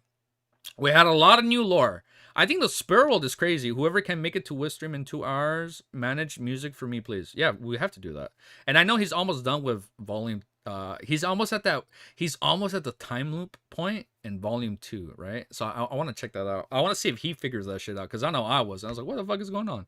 My battery's dying, so not me. I know my battery's dying a little, so we're gonna go recharge. I'm gonna start uploading this. He passed the time loop part. No getting shot. He figured it out. Damn. All right. Well, we're gonna end it there, and we'll be back tomorrow around the same time to attempt the volume 1 review. And depending on how long it is, we will start at 5:50. He did figure it out. Shit, he figured it out. Son of a bitch. All right, guys. Peace. Have a beautiful day. And I'll see you guys tomorrow, okay? Tomorrow around the same time. All right, later, guys. We ADHD him. Finished stream at Ent's appearance. He went crazy. Oh, really? He got to that point? Yeah, it was cool, right? Wait, what? Wait, what the fuck? How much did he read? Hold up. Before I end stream. Whoa, hold up. Hold up. I gotta hold you guys hostage. What? Where is he at? What chapter is he on? He's at 459? Oh, he read 459. Got it. Okay. Got it. Damn. He's like 90 chapters behind me. That's crazy. When did he start reading this, by the way? How long has it been since he's read this?